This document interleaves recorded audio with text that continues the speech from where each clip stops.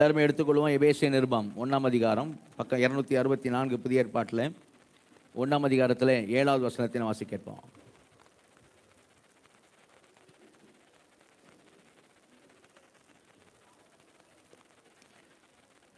அவருடைய கிருபையின் ஐஸ்வரியத்தின்படியே இவருடைய இரத்தத்தினாலே பாவ மன்னிப்பாகிய மீட்பு இவருக்குள் நமக்கு உண்டாயிருக்கிறது. அல்லேலூயா, அல்லேலூயா. அவருடைய பிதாவாகிய தேவனுடைய கிருபையின் ஐஸ்வரியத்தின்படியே இவருடைய இரத்தத்தினாலே, இயேசு கிறிஸ்துடைய இரத்தத்தினாலே பாவ மன்னிப்பாகிய மீட்பு இவருக்குள், இயேசு கிறிஸ்துவுக்குள் நமக்கு உண்டாயிருக்கிறது. அல்லேலூயா, அல்லேலூயா. அதான் அந்த வசனம் சொல்லுகிறது. நமக்கு தெரியும், நம்ம தொடர்ந்து எபேசிய நிருபத்தை செய்தி கேட்டுக்கொண்டிருக்கிறோம். கவனிங்கள், பிதாவாகிய தேவன் என்ன செய்திருக்கிறார் என்று சொல்லி நாம் கடந்த வாரத்தோட பார்த்தோம். பிதாவாகிய தேவன் பிளானிங், திட்டமிடுத காரியத்தை பிதாவாகிய தேவன் செய்திருக்கிறார். அல்லேலூயா.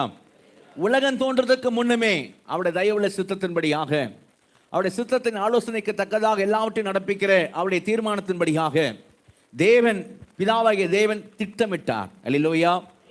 கிறிஸ்துவுக்குள்ளே நம்மை தெரிந்து கொண்டார், கிறிஸ்துவுக்குள்ளே நம்மை முன்குறித்திருக்கிறார். ஸ்லாக்கியம், பாக்கியம் என்று கடந்த வார செய்தியை நாம் கேட்டோம். அல்லேலூயா. அப்போ பிதாவாகிய தேவன் பிளானிங், திட்டமிட்டு இருக்கிறார். பரிசுத்த ஆவியாகிய தேவன் என்ன செய்திருக்கிறார் என்று சொன்னால் அப்ளிகேஷன், அப்ளை பண்ணுவது, அப்பியாசப்படுத்தி இருக்கிறார். அல்லேலூயா. பரிசுத்த ஆவியால் நாம கிறிஸ்துவுக்குள்ள முத்திரை போடப்பட்டிருக்கிறோம். அல்லேலூயா. பிதாவாகிய தேவன் பிளான் பண்ணி திட்டமிட்டு இருக்கிறார். பரிசுத்த ஆவியானவர் அதை அப்பியாசப்படுத்தியிருக்கிறார். நடுவில் குமாரனாகிய தேவன் என்ன செய்திருக்கிறார் என்று சொன்னால் அவர்தான் செயலாற்றி இருக்கிறார். அல்லேலூயா. அவர்தான் செயல்படுத்தி இருக்கிறார். அல்லேலூயா. இன்றைக்கு நாம் தியானத்திற்கு அந்த குமாரனாகிய தேவன் கர்த்தராகிய இயேசு கிறிஸ்துவின் கிரியை குறித்து தான் இந்த நாளிலே நாம் பார்க்க போகிறோம். கடந்த வாரம் பிதாவாகிய தேவனுடைய கிரியை குறித்து நாம் பார்த்தோம். இந்த நாளிலே குமாரனாகிய தேவன் இயேசு கிறிஸ்துவை குறித்து, அவருடைய கிரியை குறித்து இந்த நாளில் என்ன செய்ய போறோம், பார்க்க போகிறோம். பரிசுத்த ஆவியான நாளில் விசேஷமாய் நம்மோடு கூட இடைபடுவாராக. அல்லேலூயா. மறுபடியும் அந்த வசனத்தை வாசிங்கள். எபேசியர் 1ஆம் அதிகாரத்தில் 7வது வசனத்தை வாசிக்க கேட்போம். அவருடைய கிருபையின் ஐஸ்வரியத்தின்படியே, அவருடைய கிருபையின் ஐஸ்வரியத்தின்படியே இவருடைய இரத்தத்தினாலே பாவ மன்னிப்பாகிய மீட்பு நமக்கு உண்டாயிருக்கிறது, இவருக்குள் நமக்கு உண்டாயிருக்கிறது. அல்லேலூயா, அல்லேலூயா. இந்த வசனத்தை நீங்க கவனிக்கும், வசனம் சொல்லுகிற காரியத்தை கொஞ்சம் கவனிக்கும்படி அன்போடு கேட்கிறேன். இந்த வசனத்தை நீங்கள் பார்ப்பீர்களானால் எது உண்டாயிருக்கிறது? ஒரு கேள்வி, எது உண்டாயிருக்கிறது? எது உண்டாயிருக்கிறது? பாவ மன்னிப்பாகிய மீட்பு. அல்லேலூயா. பாவ மன்னிப்பாகிய மீட்பு உண்டாயிருக்கிறது. எதனால் உண்டாயிருக்கிறது?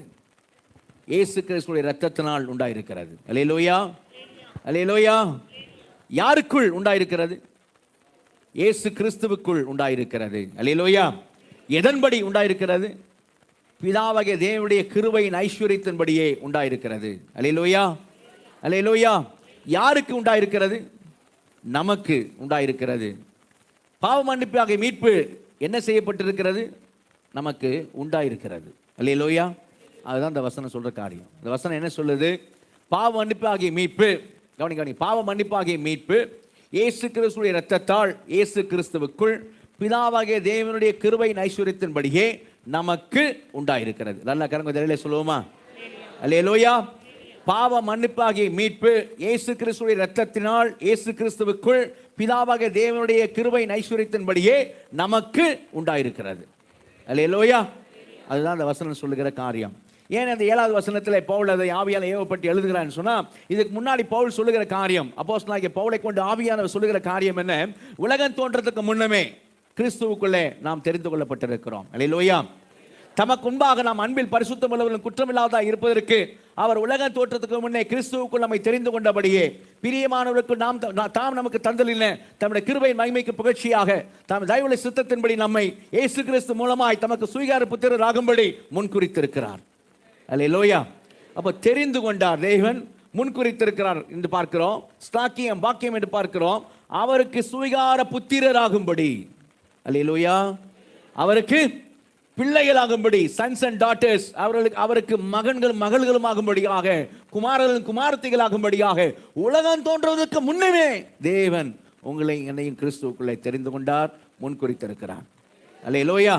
இந்த கடந்த வாரம் நாம் பார்த்தோம் இல்லையா? அதுதான் எபேசிய நிருபத்தின் ஆரம்பத்தின் காரியத்தை நமக்கு சொல்லுகிறார். இன்னைக்கு ஒரு கேள்வியோடு இந்த செய்திக்குள்ளே போக வேண்டும். அப்படின்னா, எப்படி பாவியாகிய மனுஷர்களாகிய நாம் பாவிகளா இருந்தவர், பாவியாக மனுஷர்களாகி நாம் பரிசுத்த தேவனுக்கு எப்படி பிள்ளைகளாக மாறினோம்? எப்படி சுயகார புத்திரர்களாக நாம் மாறினோம்? பாவத்தில் இருந்த நாம் பரிசுத்த தேவனுக்கு எப்படி நாம் பிள்ளைகளாக மாறினோம் என்று ஒரு கேள்வியை கேட்போமானால் நமக்கு பதில் அதில் அந்த வசனத்தில் நம்ம கண்டுபிடிக்க முடியும். என்ன? பாவ மன்னிப்பாகி மீட்பை நாம் பெற்றதுனால். அல்லேலூயா, அல்லேலூயா. பாவத்தில் இருந்த நாம பரிசுத்தமான தேவனுக்கு பிள்ளைகளாக எப்படி மாற முடியும் என்றால் பாவ மன்னிப்பின் மீட்பை அவரிடத்தில் பெற்றதுனால். அல்லேலூயா. ஆனால் அடுத்த கேள்விக்கு நம்மை கொண்டு செல்கிறது. என்ன கேள்வி? அந்த பாவ மன்னிப்பாகிய மீட்பை நாம் எப்படி பெற்றுக்கொண்டோம்? அல்லேலூயா. பாவ மன்னிப்பாகிய மீட்பை பெற்றதனால தான் நாம் அந்த பரிசுத்தமல்ல தேவனுக்கு பிள்ளைகளாக புத்திர சுயார்களாக மாறுகிறோம், உண்மை. ஆனால் அந்த பாவ மன்னிப்பாகிய மீட்பை நாம் எப்படி பெற்றுக்கொண்டோம்? எப்படி பெற்றுக்கொண்டோம்? அதுதான் இன்றைக்கு செய்தி. அல்லேலூயா. கவனிங்க, இந்த பாவ மன்னிப்பாகிய மீட்பு அப்படிங்கிற அந்த காரியத்தை புதிய ஏற்பாட்டில், கிரேக்க மொழியில் எழுதப்பட்டதான புதிய ஏற்பாட்டில் அந்த பாவ மன்னிப்பாகிய மீட்பு என்கிற காரியத்துக்கு 3 வார்த்தைகள், 3 பதங்கள் அங்கே பயன்படுத்தப்படுகிறது. அகராசோ என்று சொல்லக்கூடிய ஒரு வார்த்தை, அகராசோ என்று சொல்லக்கூடியது, சரியா? அது அகராசோ அப்படிங்கிறது, அகாரோ அப்படின்னு சொன்னா சந்தை வெளி, மார்க்கெட், அடிமைகளை விற்கிற மார்க்கெட் என்று அர்த்தம். அகாரோ என்று சொன்னால் அடிமை, அகோரோ என்று சொன்னால் அடிமைகளை விற்கிற மார்க்கெட் என்று அர்த்தம். அகராசோ என்று சொன்னால் அந்த அடிமையினுடைய மார்க்கெட்டில் இருந்து அடிமை கிரயத்துக்கு வாங்கப்பட்டிருக்கிறான் என்று அர்த்தம். அல்லேலூயா, அல்லேலூயா. கவனிங்க, இந்த வாங்குற அடிமைகளை வாங்குறதான காரியம், அடிமைப்பட்டு போனவர்களை மீட்கும் காரியம், அடிமைப்பட்டு போகிற வாங்கும் காரியத்தை குறித்து நாம பைபிளில் பழைய ஏற்பாட்டில் அவர்களுக்கு, யார் இஸ்ரேல் மக்களுக்கு சொல்லப்பட்ட காரியத்திலிருந்து நான் கூட என்ன செய்ய முடியும், நம்ம பார்க்க முடியும். 2 விதத்தில் அவர்களுடைய காரியம் அங்கே சொல்லப்பட்டிருக்கிறது. ஒன்று, நீங்கள் லேவியராகமம் 25ஆம் அதிகாரத்துக்கு திருப்பிக் கொள்ளுங்கள். லேவியராகமம் 25ஆம் அதிகாரத்தில் 48வது வசனத்தை வாசிங்க. லேவியராகமம் 25ஆம் அதிகாரம் 48வது வசனம். அவன் விலைப்பட்டு போனபின் திரும்ப மீட்கப்படலாம், அவன் சகோதரரில் ஒருவன் அவனை மீட்கலாம். 47 இருந்து வாசிங்க. 47 இருந்து. உன்னிடத்தில் இருக்கிற பரதேசியும் அந்நியனும் செல்வனாய் இருக்க அவனிடத்தில் இருக்கிற உன் சகோதரன் தரித்திரப்பட்டு அந்த பரதேசிக்காவது அந்நியனுக்காவது பரதேசியின் குடும்பத்தாரில் எவனுக்காவது அவன் விலைப்பட்டு போனான். அந்நியனுக்கு உன் சகோதரன் தரித்திரத்து நிமித்தம் விலைப்பட்டு போய்விட்டான்னு சொன்னான், அடிமையாக மாறிவிட்டான்னு சொன்னான். அவன் சகோதரன் அப்படி அடிமையா போயிட்டா, அடுத்த வசனம் வாசிங்க. அவன் விலைப்பட்டு போனபின் திரும்ப மீட்கப்படலாம், திரும்ப அவன் என்ன செய்யலாம்? மீட்கப்படலாம். அவன் சகோதரரில் ஒருவன் அவனை மீட்கலாம். அல்லேலூயா. யார் அவனை மீட்கலாம்? அவன் சகோதரரில் ஒருவன் அவனை மீட்கலாம். அல்லேலூயா. விலைப்பட்டு போன சகோதரனை அன்பின் நிமித்தமாக, நேசம் பாசத்து நிமித்தமாக அந்த சகோதரன் என்ன செய்யலாம்? மீட்கலாம். ஒருவேளை கூட பிறந்த சகோதரன் இல்லைன்னா கிட்டத்து சுதந்திரவாளி. இந்த வார்த்தை எங்கேயாவது ஞாபகத்துக்கு வருதா? கிட்ட சுதந்திரவாளி எங்க? போவாஸ். அல்லேலூயா. ரூத்து புத்தகத்தில் இதுதான் போடப்பட்டிருக்கு. அவன் சொல்லுவான், போவாஸ் சொன்னான், என்னையோட கிட்டே சுதந்திரவாளி ஒருத்தன் ஓய் இருக்கிறான், அவனை ஓயை கூப்பிட்டு கேட்கறேன், ஓய் இங்க வாடை அப்படின்னு கூப்பிட்டு, எளிமையிலே கூட நிலத்தை நீ என்ன செய்யற, மீட்டுக் கொள்றாயா அப்படின்னு கேட்பான். லேண்டுன்னு நான் மீட்டுக்கிறேன்னு, நீ லேண்டை மீட்டுக்கிறேன்னு சொன்னா ரூத்து என்ன செய்யணும்? கல்யாணம் பண்ணிக்கணும். இல்லை நீயே மீட்டுக்கன்னு சொல்லுவான். சரியா? அப்போ யார் மீட்டுக்கொள்ள முடியும் அப்படின்னு சொன்னா, இப்படி கிட்டத்து சுதந்திரவாளி, சரியா, கிட்டத்து உறவினர், சகோதரன், அவங்க தான் செய்ய முடியும், மீட்டுக்கொள்ள முடியும். இது ஒரு விதத்தில் அவன் தரித்திரத்துவமாக விலைப்பட்டு போனான், அடிமைத்தனத்துக்குள்ளே போனான். இன்னொரு காரியம் இஸ்ரேல் ஜனங்களுக்குள்ளே சொல்லப்பட்டிருக்கிற ஒரு காரியம் என்னன்னு சொன்னால், யாத்திராகமம் 21ஆம் அதிகாரத்துக்கு வாங்க. யாத்திராகமம் 21ஆம் அதிகாரத்தில் 28, 29 வருஷம் வாசிங்க. ஒரு மாடு ஒரு புருஷனையாவது ஒரு ஸ்திரீயையாவது முட்டினதினால் சாவுண்டானால் அந்த மாடு கல்லெறியப்பட வேண்டும், அதன் மாம்சம் புசிக்கப்படலாகாது. அப்பொழுது மாட்டின் எஜமான் ஆக்கினைக்கு நீங்களா இருப்பான். தன் மாடு வழக்கமாய் முட்டுகிற மாடாயிருந்து அது அதன் எஜமானுக்கு அறிவிக்கப்பட்டும் அவன் அதை கட்டி வைக்காததினால் அது ஒரு புருஷனையாவது ஒரு ஸ்திரீயையாவது கொன்று போட்டால் மாடும் கல்லறியப்பட வேண்டும், அதன் எஜமானும் கொலை செய்யப்பட வேண்டும். அபராதம் கொடுக்கும்படி தீர்க்கப்பட்டதானால் அவன் தன் ஜீவனை மீட்கும் பொருளாக விதிக்கப்பட்ட அபராதத்தை கொடுக்க கடவன். அபராதம் கொடுக்க, பெனால்டி. அப்போ அபராதம் கொடுத்து தன் ஜீவனை என்ன செய்யலாமே? மீட்டுக் கொள்ளலாம். மாடு முட்டி ஒருத்தனை கொன்னுடுச்சு, சரிங்களா? வழக்கமாக முட்டுற மாடுன்னு தெரிஞ்சு இவன் விட்டுட்டான், அதனால் இப்போ இவன் மேலே குற்றம் உண்டு அப்படின்னு சொன்னால் அங்கே அவனும் கொல்லப்பட வேண்டும், மாடும் கொல்லப்பட வேண்டும். இப்போ என்ன செய்யலாம் அவன் சொன்னால், தன் ஜீவனை மீட்கிறதுக்கு அவன் அபராதம், பெனால்ட்டி என்ன செய்யலாம்? பே பண்ணி அபராதம் கொடுத்து தன் ஜீவனை என்ன செய்யலாம? மீட்டுக் கொள்ளலாம் என்று சொல்லி அங்கே சொல்லப்பட்டிருக்கிறதை பார்க்கிறோம். அல்லேலூயா. அப்போ இப்படி மீட்டுக் கொள்கிற காரியத்தை குறித்து இஸ்ரேல் ஜனங்களுக்கு தெரியும், சரியா? எபிரேயர்களுக்கு தெரியும். மீட்டுக் கொள்கிற காரியத்தை குறித்து சகோதரன் விலைப்பட்டு போனால் மீட்க வேண்டும் சொல்லி அவங்களுக்கு தெரியும். ஆனா இந்த புதிய ஏற்பாடு எழுதப்பட்டதான காரியம் கவனிங்க, அந்த நாட்களில் யூதர்கள் அநேக கிறிஸ்தவர்கள் அநேக யூதர்கள் கிறிஸ்தவர்களாக இருந்தது உண்டு. அதே போல எல்லாருமே சரியாக பார்க்கும் பொழுது ஆண்டவரை பின்பற்றினவர்கள் அப்போஸ்தலர்கள் யூதர்களாக இருந்தது காரியத்தை பார்க்கிறோம். இந்த முதல் நூற்றாண்டில் அவர்கள் இருந்த கலாச்சாரம் என்ன கலாச்சாரம் சொன்னா, அது கிரேக்க ரோம கலாச்சாரத்தில் இருந்தார்கள். அந்த கிரேக்க ரோம கலாச்சாரத்தில் ஒரு காரியம் உண்டு. என்ன கலாச்சாரம் என்று சொன்னால், அதுல அடிமைகளின் மார்க்கெட் என்று ஒரு மார்க்கெட் உண்டு. நமக்கு பல்லாவரத்தில் வெள்ளிக்கிழமை சந்தை அப்படின்னு சொல்றோம்ல. முன்னாடியெல்லாம் வெள்ளிக்கிழமை சந்தை அப்படின்னா அது என்ன சந்தைன்னா மாட்டு சந்தை தான். மாடு தான் வெள்ளிக்கிழமை சந்தையில் ஃபேமஸாக இருந்துச்சு. இப்போதான் எல்லாத்தையும் கொண்டு வந்து வித்துன்னு இருக்காங்க. முன்னையெல்லாம் வெள்ளிக்கிழமை சந்தை அப்படின்னால என்னதான், அது மாட்டு சந்தைன்னு தான் பேர். எங்கே இருந்தாலும் வாலாஜாபாத்தில் தான் மாட்டை ஓட்டிட்டு வருவாங்க. வந்து என்ன செய்வாங்க, மாடை என்ன செய்வாங்க, விற்பாங்க. மெயினாக மாடு தான் விற்கப்படும். மாட்டு சந்தை தான் அதை சொல்லுவாங்க. வெள்ளிக்கிழமை பல்லாவரம் மாட்டு சந்தையில் போய் பாருப்பா அப்படின்வாங்க. சரிங்களா? அப்போ வெள்ளிக்கிழமை இங்கே மாட்டு சந்தைன்னு சொல்கிறபடி தான் அன்றைக்கு முதல் நூற்றாண்டில் அடிமைகளின் சந்தை என்கிற சந்தை இருந்தது. அதில் என்ன செய்வாங்க, இங்கே மாடு வெள்ளிக்கிழமை சந்தையில் மாடு விற்கிறது போல தான் அடிமைகள் அந்த நாட்களில் விற்கப்பட்டார்கள். அடிமையில கொண்டு வந்து நிறுத்தி வைப்பாங்க, சேல் என்று சொல்லுவாங்க. வந்து பார்க்குறவங்க வீட்டுக்கு வேலைக்கு வேணும், காரியத்துக்கு வேணும் என்று சொல்லுகிறவங்க வந்து என்ன செய்வாங்க, அடிமைகளை பார்த்து உருவத்தை பார்த்து தோற்றத்தை பார்த்து அவனுடைய காரியத்தை பார்த்து அடிமைகள் அடிமையின் மார்க்கெட்டில் என்ன செய்வாங்க, வாங்குவாங்க. அந்த அடிமையின் மார்க்கெட் அப்படிங்கிறது தான் அகாரோ என்று சொல்லக்கூடிய வார்த்தை. அந்த அடிமையின் மார்க்கெட்டிலிருந்து வாங்கப்படுகிற அந்த அந்த அடிமையை வாங்குகிற காரியம் தான் என்னன்னா அகாராசோ என்று சொல்லப்படுகிற கிரேக்க வார்த்தையாக இருக்கிறது. அப்போ பைபிள்ல நியூ டெஸ்டமெண்ட்ல அகராசோ என்று சொல்லப்படுகிற அந்த வார்த்தை பயன்படுத்தப்பட்டிருக்கிறதான ஒரு காரியம் என்னன்னு சொன்னா, கிரயம் கொடுக்கப்பட்டு என்ன செய்யப்பட வேண்டும், அந்த அடிமை மீட்கப்பட வேண்டும். அல்லேலூயா, அல்லேலூயா. அப்போ அடிமை ஒருத்தனை வாங்கணும் அப்படின்னா அதுக்குரிய ரேட் என்ன செய்யணும், ரேன்சம் என்று சொல்வார். அதுக்குரிய ரேட்டை கொடுத்து தான் என்ன செய்யணும், அவனை மீட்கும் தொகையை கொடுத்து தான் என்ன செய்யணும், அவனை என்ன செய்ய வேண்டும், வாங்க வேண்டும். அவனையோ அவளையோ என்ன செய்ய வேண்டும், வாங்க வேண்டும். இந்த நாளிலே கவனிங்க, கர்த்தராகிய இயேசு கிறிஸ்து குமாரனாகிய தேவனுடைய கிரியை என்று பார்க்கும் பொழுது இந்த 3 கிரேக்க பதங்களை நாம் என்ன செய்ய போகிறோம், பார்க்க போகிறோம். பாவ மன்னிப்பாகிய மீட்பு என்று சொல்லி வேதம் பயன்படுத்துகிறதான 3 காரியங்களை நம்ம என்ன செய்ய போகிறோம், நாம் பார்க்க போகிறோம். ஒன்று நாம் பார்க்கிற காரியம் என்னன்னு சொன்னா, கிறிஸ்துவின் ரத்தம். அல்லேலூயா, அல்லேலூயா. கிறிஸ்துவின் ரத்தம். இரண்டாவது கிறிஸ்துவில் தேவ சித்தம். மூன்றாவது கிறிஸ்துவுக்குள் நித்தம் என்று சொல்லி 3 காரியங்களை இந்த நாளிலே பார்க்க போகிறோம். கர்த்தர் இந்த நாள் விசேஷமாய் நம்மோடு கூட இடைபடுவாராக. அல்லேலூயா. அகராசோ என்று சொல்லக்கூடிய அந்த காரியத்தில் கிரயம் செலுத்தப்பட வேண்டும் என்று சொன்னேன். கிரயம் என்று சொல்லும் பொழுது கவனிங்கள், அகராசோ என்று சொல்லி கிரயம் சொல்லும் போது கிறிஸ்துவின் ரத்தம் என்று சொல்லி பார்க்கிறோம். நீங்களும் நானும் கிரயத்துக்கு கொல்லப்பட்டிருக்கிறோம். நல்ல கரங்க தலையிலே சொல்லுவோமா? அல்லேலூயா. 1 கொரிந்தியர் 6 அதிகாரத்தில் 20ஆம் வசனத்தை வாசிங்கள். 1 கொரிந்தியர் 6 அதிகாரம் 20ஆம் வசனம். கிரயத்துக்கு கொல்லப்பட்டீர்களே, ஆகையால் தேவனுக்கு உடைமைகளாகிய உங்கள் சரீரத்தினாலும் உங்கள் ஆவியினாலும் தேவனை மகிமைப்படுத்துங்கள். அல்லேலூயா. கிரயத்துக்கு நாம் கொல்லப்பட்டிருக்கிறோம். அல்லேலூயா. நம்முடைய ஆவி, ஆத்மா, சரீரம் எல்லாம் தேவனுக்குரியது. அல்லேலூயா. என்ன கிரயமாய் கொடுக்கப்பட்டது? அதுக்கு அந்த இடத்துல கிரயத்துக்கு நாம் கொல்லப்பட்டிருக்கிறோம் என்று சொல்லப்பட்டிருக்கிறது.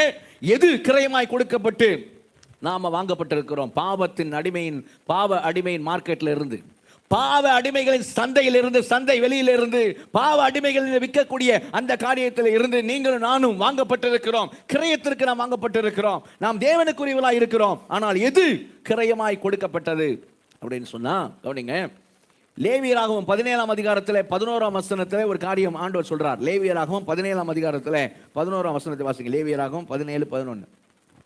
மாம்சத்தின் உயிர் இரத்தத்தில் இருக்கிறது. மாம்சத்தின் உயிர் எங்க இருக்குது? இரத்தத்தில் இருக்கிறது. நான் அதை உங்களுக்கு பலிபீடத்தின் மேல் உங்கள் ஆத்துமாக்களுக்காக பாவ நிவர்த்தி செய்யும்படிக்கு கட்டளையிட்டேன். ஆத்துமாவிற்காக பாவ நிவர்த்தி செய்கிறது இரத்தமே. ஆத்துமாவுக்காக பாவ நிவர்த்தி செய்கிறது இரத்தமே. அது அந்த வசனம் சொல்லுகிறது. 2 விஷயம் சொல்லுறது வசனம். ஒன்று சொல்லுகிறது, நம்முடைய உயிர் எங்க இருக்குது? ரத்தத்தில் இருக்கிறது. அல்லேலூயா. 2வது சொல்லுது, உயிர் இருக்கிற ரத்தம். அந்த ரத்தம் தான் நம்முடைய பாவத்துக்கு நிவர்த்தி செய்யும்படியாக சொல்லப்பட்டிருக்கிற காரியம். ரத்தத்தினால் தான் ஆத்மாவுக்கான பாவ நிவர்த்தி செய்கிறது ரத்தமே. அல்லேலூயா, அல்லேலூயா. கவனிங்க, ஆண்டவரே சொல்லும் போது சொல்லுவார், சரியா? நீங்க வாசிக்க வேணாம், நான் பார்த்த வசனத்தை வேணா ஸ்கிரீன்ல வேணா போடுங்க.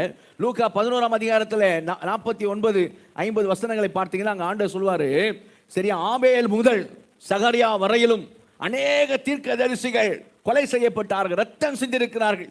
அந்த ரத்த பழி இந்த சந்ததியில் கேட்கப்படும் என்று சொல்லி ஆண்டவர் சொல்வார். கவனிங்க, நீதிமான்களை குறித்து ஆண்டவர் பேசுகிறார். ஆபேல் முதல் சகரியா வரையும் தேவனுடைய பலிபீடத்திலே கொல்லப்பட்ட தேவாலயத்தின் பலிபீடத்தின் அருகே கொல்லப்பட்ட சகரியா வரையிலும் ரத்தம் சிந்தப்பட்டு இருக்கிறது என்று ஆண்டவர் சொல்லுகிறதை பார்க்கிறோம். இப்போ ரத்தம் தான் பாவ நிவர்த்தி செய்யும் என்று சொன்னால், ஆபேல் முதல் சகரியா வரையில் அநேக நீதிமான்கள் தீர்க்கதரிசிகள் ரத்தம் சிந்தி இருக்கிறார்களே, ஏன் அந்த ரத்தம் பாவ நிவர்த்தி செய்யவில்லை? ஏன் செய்யல? ரத்தம் தான் பாவ நிவர்த்தி செய்துன்னு சொன்னா, அத்தனை தீர்க்கதரிசிகள் மரித்தவர்களால நீங்களும் நானும் விடுதலையா இருக்க வேண்டுமே பாவ சந்தையில் இருந்து. அத்தனை தீர்க்கதரிசிகள், ஆபேல் நீதிவான் என்று வேதம் சாட்சி கொடுக்கிறது, அந்த நீதிவான் மரித்தலில் இருந்து நீங்கள் நானும் அந்த ரத்தத்தினால் என்ன செய்திருக்க வேண்டும்? விடுதலையா இருக்க வேண்டுமே. ஏன் ஆகல அப்படின்னா, ரத்தம் தான் பாவத்துக்கு நிவர்த்தி செய்கிற காரியம். ஆனால் எப்படிப்பட்ட ரத்தம் அப்படின்னா, குற்றமில்லாத ரத்தம். அல்லேலூயா. பாவமில்லாத ரத்தம், பழுதற்ற ரத்தம். அல்லேலூயா. அதை உணர்த்துறது தான் இஸ்ரேல் மக்களுக்கு பாவ நிவர்த்தி நாள் என்று வருஷத்துல ஒரு நாள் அவங்க என்ன செய்தாங்க? குறித்து வைத்தாங்க. வருஷத்துல ஒரு நாள் பாவ நிவர்த்தி நாள் என்று சொல்லப்பட்டிருந்தது. அந்த ஒரு நாள் பாவ நிவர்த்தி நாளில் பிரதான ஆசாரியர் என்ன செய்வான் அப்படின்னு சொன்னா, அந்த தன்னுடைய பாவத்திற்காக காளை ஒன்றை என்ன செய்வான்? பலியிடுவான். அந்த ரத்தத்தை கொண்டு போய் கிருபாசனத்தின் மேலே தெளிப்பான். ஜனங்களுடைய பாவத்திற்காக வெள்ளாட்டு கடாவை என்ன செய்வான்? வெள்ளாட்டு கடாவை பலியிட்டு அந்த ரத்தத்தை கொண்டு போய் என்ன செய்வான்? பலிபீடத்தின் மேலே, கிருபாசனத்தின் மேலே என்ன செய்வான்? கிருபாசனத்தின் மேலே தெளிப்பான். நீ அங்கே லேவியராகமம் 16ஆம் அதிகாரம், முந்தின அதிகாரத்துக்கு அப்படி திருப்புங்க. லேவியராகமம் 16ஆம் அதிகாரத்தில் 15ஆம் வசனம் வாசிங்க. 15.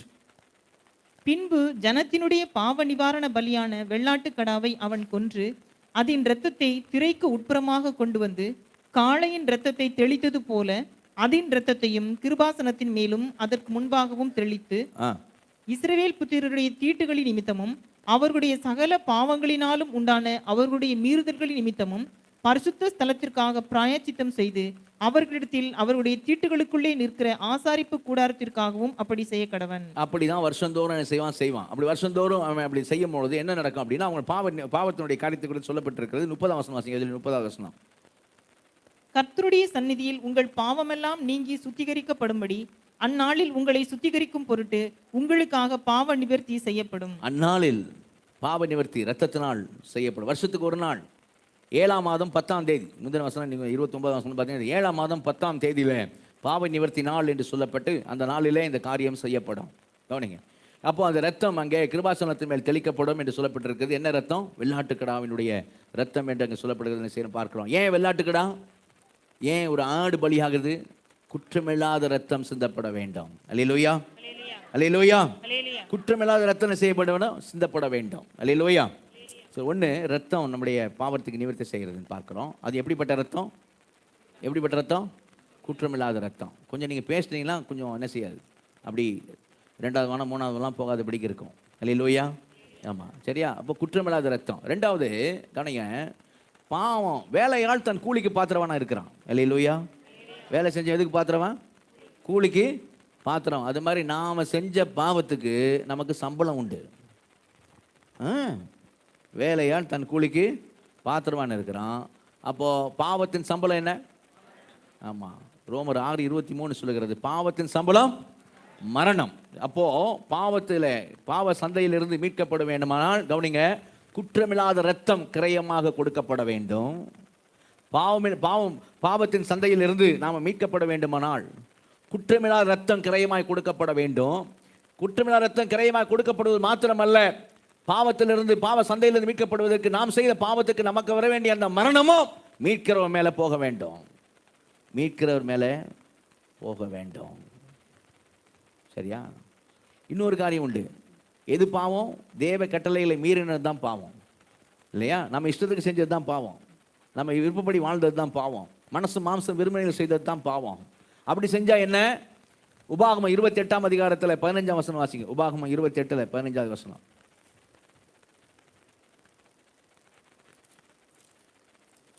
இன்று நான் உனக்கு விதிக்கிற உன் தேவனாகிய கர்த்தருடைய எல்லா கற்பனைகளின்படியையும் கட்டளைகளின்படியையும் நடக்க கவனமாய் இருக்கிறதற்கு அவர் சத்தத்திற்கு செவிகொடாதே போவாயாகில் இப்பொழுது சொல்லப்படும் சாபங்கள் எல்லாம் உன்மேல் வந்து உனக்கு பலிக்கும்.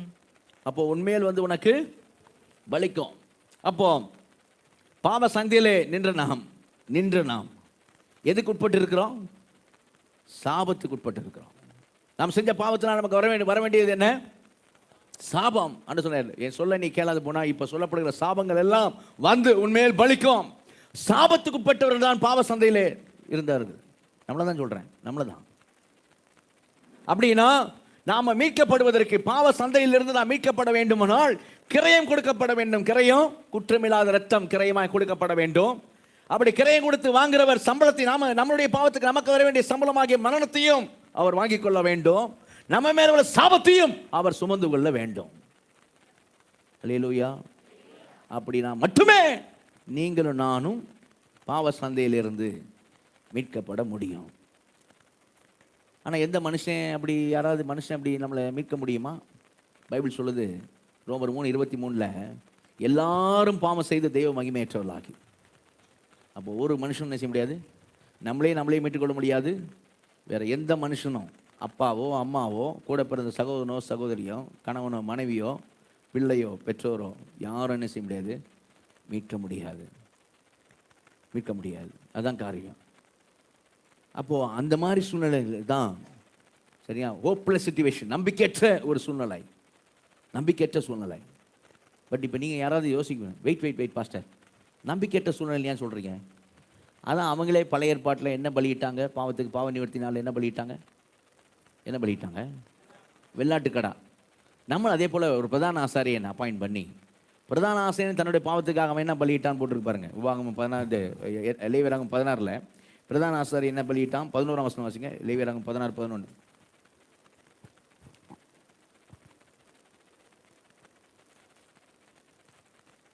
கர்த்தர் மோசே, லேவியராகமம் 16:11. பின்பு ஆரோன் தனக்காகவும் தன் வீட்டாருக்காகவும் பாவ நிவர்த்தி செய்யும்படி தன்னுடைய பாவ நிவாரணத்துக்காக காளையை கொண்டு வந்து அதை கொன்று. அப்ப அவன் பாவத்துக்காக, அவன் வீட்டார் பாவத்துக்காக அவன் எதை கொன்றான்? காளையின் ரத்தத்தை கொண்டு போய் கிருபாசனத்து மேலே தெளித்தான். ஜனங்களுடைய பாவத்திற்காக எது கொல்லப்பட்டது? என்னங்க பேச மாட்டேன். எது கொல்லப்பட்டது? கோழியா? வெள்ளாட்டுக்கடா அந்த ரத்தம் கொண்டு போய் கிருபாசனத்து மேல் தெளிக்கப்பட்டது. அல்லேலூயா. நம்ம சொல்லலாம், எதுக்கு நீங்க நம்பிக்கையற்ற சூழ்நிலை ஏன் சொல்றீங்க? நம்மளும் ஒரு காளை, ஒரு வெள்ளாட்டுக்கடா, இதை பலி செலுத்தினா போதுமே. ஒரு காளையும் ஒரு வெள்ளாட்டுக்கடாவையும் நாமளும் வருஷம் ஒரு நாள் 7ஆம் மாதம் 10ஆம் தேதினா, நம்ம இங்கிலீஷ் கேலண்டர்ல, கிரகரி கேலண்டர்ல ஜூலை மாதம் 7ஆம் மாதம் 10ஆம் தேதியில பலி செலுத்திடுவோம். எதுக்கு நீங்க நம்பிக்கையற்ற சூழ்நிலை ஏன் சொல்றீங்க? அப்படி யோசிக்கலாம்ல. ஏன்னா அவங்க அதான் பண்ணியிருக்காங்க, அதான் செய்திருக்காங்க. புதிய ஏற்பாட்டுக்கு வரும்பொழுது ஆவியானவர் எபிரேய ஆக்கியனை கொண்டு சொல்ற வாக்கியம் ரொம்ப முக்கியம். ஏன்னா எபிரேய நிருபத்தில் 10ஆம் அதிகாரத்துக்கு வாங்க. அங்க எபிரேய ஆக்கியோன் என்ன சொல்றாரு பாருங்க. 10ஆம் அதிகாரத்து 1ஆம் வசனத்துல வாசிங்க. இப்படி இருக்க நியாயப்பிரமாணமானது வரப்போகிற நன்மைகளின் பொருளாயிராமல் அவைகளின் நிழலாய் மாத்திரம் இருக்கிறபடியால். எப்படி இருக்கிறபடியால்? நிழல், ஷேடோ, நிழலாய் இருக்கிறபடியால் வருஷந்தோறும் இடைவிடாமல் செலுத்தப்பட்டு வருகிற ஒரே விதமான பலிகளினாலே அவைகளை செலுத்த வருகிறவர்களை ஒரு காலம் பூரணப்படுத்த மாட்டாது. வருஷந்தோறும் செலுத்தப்படுது. அது என்னது? ஒரு காலம் அவங்களை என்ன செய்யாது? பூரணப்படுத்தாது. அடுத்த வசனம் வாசிங்க. பூரணப்படுத்துமானால் ஆராதனை செய்கிறவர்கள் ஒரு தரம் சுத்தமாக்கப்பட்ட பின்பு இன்னும் பாவங்கள் உண்டென்று உணர்த்தும் மனசாட்சி அவர்களுக்கு இல்லாதிருப்பதினால் அந்த பலிகளை செலுத்துகிறது நிறுத்தப்படும் அல்லவா? போன வருஷம் 2021 ஜூலை மாசம் 10ஆம் தேதி நாம பலி செலுத்தி இருந்தோம்னா அதோட முடிஞ்சிச்சு அப்படின்னு சொல்லி சொன்னா, இந்த வருஷம் 2022 ஜூலை மாசம் 10ஆம் தேதி நாம என்ன செய்யக்கூடாது? ஆனா அவங்க என்ன பண்ணாங்க? வருஷம் செஞ்சாங்க. வருஷம் பலி செலுத்தப்பட்டது. ஏன்? அடுத்த வருஷம் வாசிங்க. அப்படி நிறுத்தப்படாதபடியால் பாவங்கள் உண்டென்று அவைகளினாலே வருஷந்தோறும் நினைவு கூறுதல் உண்டாயிருக்கிறது. that is only reminder. வருஷந்தோறும் ரிமைண்ட் பண்ணுது, பாவம் இருக்குதுன்னு வருஷந்தோறும் அந்த பலி என்ன செய்யுது? பாவ நிவர்த்தினால ரிமைண்ட் பண்ணிக்கிட்டே இருக்கு. பாவம் இருக்குது அப்படின்னு ரிமைண்ட் பண்ணி கொண்டே இருக்குது. சரியா? முற்றிலும் நீங்களே. அதனால தான் அடுத்த வருஷம் சொல்றாரு பாருங்க. 4ஆம் வசனம் வாசிங்க. அல்லாமலும் காளை, வெள்ளாட்டுக்கடா இவைகளுடைய இரத்தம் பாவங்களை நிவர்த்தி செய்ய மாட்டாதே. பாவங்களை என்ன செய்ய மாட்டாதே? நிவர்த்தி செய்ய மாட்டாதே. அல்லேலூயா, அல்லேலூயா. அதான் நம்பிக்கையற்ற சூழ்நிலைன்னு சொன்னேன். ஆனா அது என்ன செஞ்சிச்சுன்னு போட்டிருக்கு பைபிள்ல. அது முந்தின அதிகாரம் எபிரேயர் 9ல 13ஆம் வசனம் வாசிங்க. எபிரேயர் 9:13. அதப்படி எனில் காளை, வெள்ளாட்டுக்கடா இவைகளின் இரத்தமும் தீட்டுப்பட்டவர்கள் மேல் தெளிக்கப்பட்ட கடாரியின் சாம்பலும் சரீர சுத்தி உண்டாக்கும்படி பரிசுத்தப்படுத்தும். அப்ப அவைகளை என்ன பண்ணுச்சுன்னு போட்டிருக்கு? பரிசுத்தப்படுத்துமானால். அல்லேலூயா, பரிசுத்தப்படுத்துமானால். ஆனா எபிரேயர் 10:4 என்ன சொல்லுது? அல்லாமல் காளை, வெள்ளாட்டுக்கடா இவைகளுடைய இரத்தம் பாவங்களை நிவர்த்தி செய்ய மாட்டாதே. கவனிங்க. ஒரு பக்கம் வசனம் சொல்லுது அவைகள் பரிசுத்தப்படுத்தினது, ஆனால் என்ன செய்யல? பாவத்தை நிவர்த்தி செய்யவில்லை. வருஷந்தோறும் பாவங்கள் உண்டு என்று நினைவு கூறுதல் உண்டானது. வருஷந்தோறும் பாவம் உண்டு என்று நினைவு கூறுதல். நீங்க புரிஞ்சுக்கிற மாதிரி சொல்றேன். அந்த வருஷந்தோறும் அவங்க செலுத்தின காரியம் என்ன தெரியுமா? இப்போ தேவனுடைய பிள்ளைகள் யாரும், ரட்சிக்கப்பட்டவங்க யாரும் என்ன செய்யக்கூடாது? வட்டி விடக்கூடாது. வட்டி வட்டி சங்கீதம் 15 படி வட்டி விடுறவன் அங்கே வந்து நிற்க மாட்டான்னு போட்டிருக்கு. அவன் ரட்சிக்கப்படாதவன் வட்டி. சரியா? தேவனுடைய பிள்ளை யாராவது வட்டி விடுற ஆளாக இருந்தால் அவன் என்ன செய்யல, இன்னும் என்ன செய்யலை, இன்னும் ரட்சிக்கப்படலை. சரியா? ஆமாம், போய் சொல்கிறான், ரட்சிக்கப்படலை. சரி, இப்போ செய்தி வட்டியை பற்றி இல்லை. நான் எதுக்காக இதை சொல்கிறேன் அப்படின்னு சொன்னால் கவனிங்க, புரிஞ்சதுக்காக சொல்கிறேன். ஒரு ரட்சிக்கப்படாத ஒருத்தன் துன்மார்க்கேன் வட்டி கொடுறான்னு வச்சுங்க, அப்படி தான் சொல்லுவேன் நான். சரியா? துன்மார்க்கேன் வட்டி கொடுறான் அப்படின்னு வச்சுக்கிடுங்க. அந்த வட்டி கொடுற துன்மார்க்கன்ட்ட ஒருத்தன் போய் சந்தர்ப்ப சூழ்நிலை நிமித்தமாக வேறு வழி இல்லாமல் போய் கடன் வாங்குறான். ஒரு பெருந்தொகையை கடன் வாங்குறான். பெருந்தொகையை கடன் வாங்கின அந்த தொகைக்கு வட்டி உண்டு. இப்போது கவனிங்க, இவன் செலுத்தும் போது என்ன செலுத்தணும் அப்படின்னு சொன்னால் அசலையும் கொடுக்கணும், வட்டியும் கொடுக்கணும். இப்போ மாதம் மாதம் இவன் அசல் கொடுக்கல, மாதம் மாதம் இவன் வட்டி சரியாக செலுத்தாமல் போனான்னு வைங்க, அவன் டென்ஷன் ஆகிடுவான். அவன் நேரம் வருவான். என்ன வருவான்? நீ வட்டியும் சரியாக கொடுக்க மாட்டேற, ஒழுங்கா வட்டியோட சேர்த்து அசலை வை அசலை கொடுத்துரு அப்படின்னுவான். அப்போ அப்படி அசலை கேட்க வரவன் இடத்துல, சரிங்களா, அசல் கேட்க வரவன் இடத்துல இவன் வட்டி அப்படி கொடுக்குறான்னு வச்சுங்க. ஐயா கொஞ்சம் பொறுத்துக்கிடுங்க, என்னால் இப்போ அசலை கொடுக்க முடியாது, ஆனால் வட்டி நான் சரியாக கொடுத்துட்றேன் அப்படின்னு கொடுத்தா அந்த வட்டி என்ன செய்யும்னா அப்படி வர்றவனை கொஞ்சம் சாந்தப்படுத்தும். இல்லையா? கொஞ்சம் பொறுத்துங்க ஐயா, நான் அசலை எப்படியாவது கொடுத்துட்றேன், இப்போதைக்கு இந்த வட்டியை வச்சுக்கிடுங்க அப்படிங்கிறது அவனை கொஞ்சம் சாந்தப்படுத்தும், கொஞ்சம் பொறுத்து கொள்ளும்படி செய்யும். கொஞ்சம் பொறுத்து கொள்ளும்படி செய்யுமே தவிர அசல் கடன் இன்னும் அப்படியே தான் இருக்கும். இப்போ வட்டி கொடுக்குறவங்கலாம் சந்தோஷமா கொடுப்பானா? வட்டி கொடுக்குறவங்கலாம் சந்தோஷமா? எப்போ சந்தோஷம்? எப்போங்க சந்தோஷம்? வட்டி கொடுக்கும் போது அப்பா இந்த மாதம் வட்டி கொடுத்துறேன் அப்படி சந்தோஷமா இருப்பானா? எப்போ சந்தோஷம்? மொத்த கடனும் அடையும் போது. அல்லேலூயா, அல்லேலூயா. சரியா? நான் சொல்கிறேன், இதை வச்சுக்கோங்க. தேவன் வட்டிக்காரர் இல்லை, ஆனால் புரிஞ்சதுக்காக அப்படி சொல்கிறேன். ஏன்னா ஆண்டவரே ஆவியானவரே ரோமரில் 3ஆம் அதிகாரத்தில் இப்படி தான் எழுதியிருக்கிறார். இந்த காரியங்களை குறித்து, இந்த வழிகள் காரியங்களை குறித்து எப்படி எழுதப்பட்டிருக்குதுன்னு சொல்லி பாருங்க. ரோமர் 3ஆம் அதிகாரத்தில் 25ஆம் வசனத்தை வாசிங்கள். ரோமர் 3:25. தேவன் பொறுமையா இருந்த முற்காலத்தில் நடந்த பாவங்களை தாம் பொறுத்து கொண்டதை குறித்து, பொறுமையா இருந்த முற்காலத்தில் நடந்த பாவங்களை தான் பொறுத்து கொண்டதை குறித்து நம்முடைய நீதியை காண்பிக்கும் பொருட்டாகவும். போதும் கவனிங்க. அப்போ அங்க என்ன போட்டிருக்குது? தேவன் பொறுமையாயிருந்த முற்காலத்தில் நடந்த பாவங்களை தான் பொறுத்து கொண்டதை குறித்து. அப்போ ஒவ்வொரு வருஷமும் கவனிங்க, ஒவ்வொரு வருஷமும் வெள்ளாட்டுக்கடாவும் காளையும் பலியான போதெல்லாம் அது என்ன மாதிரி கணக்கு? அது என்ன மாதிரி கணக்கு? வட்டி கொடுக்குற மாதிரி கணக்கு. வட்டி கொடுக்குற மாதிரி. ஆண்டவரே தேவனே கொஞ்சம் இருங்க, நான் கொஞ்சம் பொறுத்து கொடுங்க, அவரை கொஞ்சம் சாந்தப்படுத்துற மாதிரி, சீக்கிரம் அசலை கொடுத்துட்றேன். அசலை கொடுக்க முடியாது, அசலை கொடுக்க முடியாது இல்லையா? அப்போ அவரே சொல்றார், அவர் கொஞ்சம் பொறுமையா பாருங்க. தேவன் பொறுமையா இருந்த முற்காலத்தில் நடந்த பாவங்களை தாம் பொறுத்து கொண்டது. ஏன்னா தேவனால பாவத்தை பார்த்துட்டு சும்மா இருக்க முடியாது. பொறுத்து கொண்டதை குறித்து தம்முடைய நீதியை காண்பிக்கும்படியாக. அப்போ அந்த டைம்லாம் என்ன நடந்துச்சு? காலை விளையாட்டு கடை பலியிடும் போதெல்லாம் வட்டி கொடுத்த மாதிரி கணக்கு. அது வட்டி கொடுத்த மாதிரி கணக்கு. அசல் கொடுக்கப்பட வேண்டும். ஆனால் எந்த மனுஷனும் அங்கே தான் நீங்கள் பாருங்க 3ஆம் அதிகாரத்தில் 23ஆம் வசனம் வாசிங்க. 3:23. அது எல்லாரும் பாவம் செய்து தேவ மகிமையற்றவர்களாக. எல்லாரும் பாவம் செய்து தேவ மகிமை யாரும் கொடுக்க முடியாது. எல்லாம் கடன்காரன். எப்படி போட்டுருக்கோம்? எல்லாரும் கடன்காரன். யாரும் அசல் என்ன செய்ய முடியாது, கொடுக்க முடியாது. நான் சொன்ன அசலை கொடுக்கணும் என்ன செய்யணும்னு நான் சொன்னேன். குற்றமில்லாத ரத்தம் சிந்தப்படணும், அந்த சம்பளத்தை வாங்கிக்கணும், மரணம், சாவு மன்னிக்கப்படணும், 3 செய்யணும். இப்போ வாசிங்க தொடர்ந்து. இப்போ 3:25-26 வாசிங்க. 25-26. தேவன் பொறுமையா இருந்த முற்காலத்தில் நடந்த பாவங்களை தாம் பொறுத்து கொண்டதை குறித்து தம்முடைய நீதியை காண்பிக்கும் பொருட்டாகவும், தாம் நீதி உள்ளவரும் இயேசுவினிடத்தில் விசுவாசமாய் இருக்கிறவனை நீதிமான் ஆக்குகிறவருமாய் விளங்கும்படி இக்காலத்திலே தமது நீதியை காண்பிக்கும் பொருட்டாகவும் கிறிஸ்து இயேசுவினுடைய இரத்தத்தை பற்றும் கிறிஸ்து இயேசுவினுடைய இரத்தத்தை பற்றும் விசுவாசத்தினாலே பலிக்கும் கிருபாதார பலியாக அவரையே ஏற்படுத்தினார். நல்ல கரங்களை சொல்லுவோமா? அல்லேலூயா. நிச்சயமற்ற, அதெல்லாம் என் வார்த்தை கவனிங்க, நிச்சயமற்ற இந்த உலகத்துல என்ன நடக்கும், என்ன எதுவுமே நிச்சயம் இல்லை. நிச்சயமற்ற இந்த உலகத்துல, நிலையற்ற இந்த உலகத்துல, நிச்சயமற்ற இந்த உலகத்துல ஒரே ஒண்ணு நிலையானது, ஒரே ஒண்ணு நிச்சயமானது, என்னன்னா பாவ மன்னிப்பாகிய மீட்பு. அல்லேலூயா. இயேசு கிறிஸ்துவுக்குள் இருக்கிற அந்த பாவ மன்னிப்பாகிய மீட்பு தான் நிச்சயமானது, நிலையானது. அல்லேலூயா. இயேசு கிறிஸ்துவை, இயேசு கிறிஸ்து ரத்தத்தை பற்றும் விசுவாசத்தினால் பலிக்கும் கிருபாதார பலியாக அவரை என்ன செய்தார். அதான் முழு கடன் அடைக்கிறதுக்கு எந்த மனுஷனால முடியாது அப்படிங்கிற காரியம் தான். சரிங்களா? இப்போ நான் சொன்ன மூணு காரியத்தை பார்ப்போம். எந்த மாதிரி ரத்தம் சிந்தப்படணும் இல்லைங்க? என்ன மாதிரி ரத்தம் சிந்தப்படணும்? 1 பேதுரு 1ஆம் அதிகாரம் 18-19 வசனங்கள் வாசிங்க. 1 பேதுரு 1ஆம் அதிகாரம் 18-19 வசனங்கள். உங்கள் முன்னோர்களால் பாரம்பரியமாய் நீங்கள் அனுசரித்து வந்த வீணான நடத்தையினின்று அழிவுள்ள வஸ்துக்களாகிய வெள்ளியினாலும் பொன்னினாலும் மீட்கப்படாமல் குற்றமில்லாத அந்த பாவ சந்தையிலே அக்ராசோ, நாம மீட்கப்பட்ட அந்த காரியம், பாவ சந்தையில மீட்கப்பட்டது, நமக்காய் கொடுக்கப்பட்ட விலை, நம்மளுக்கு வெள்ளியோ பொன்னையோ பரலோகம் கொடுக்கவில்லை. பரலோகத்தின் தேவன், பிதாவாகிய தேவன் வெள்ளியோ பொன்னையோ கொடுக்கவில்லை. குமாரனாகிய தேவன் வெள்ளியோ பொன்னையோ கொடுத்து நம்மை வாங்கவில்லை. என்ன கொடுத்து வாங்கினார்? வாசிங்க.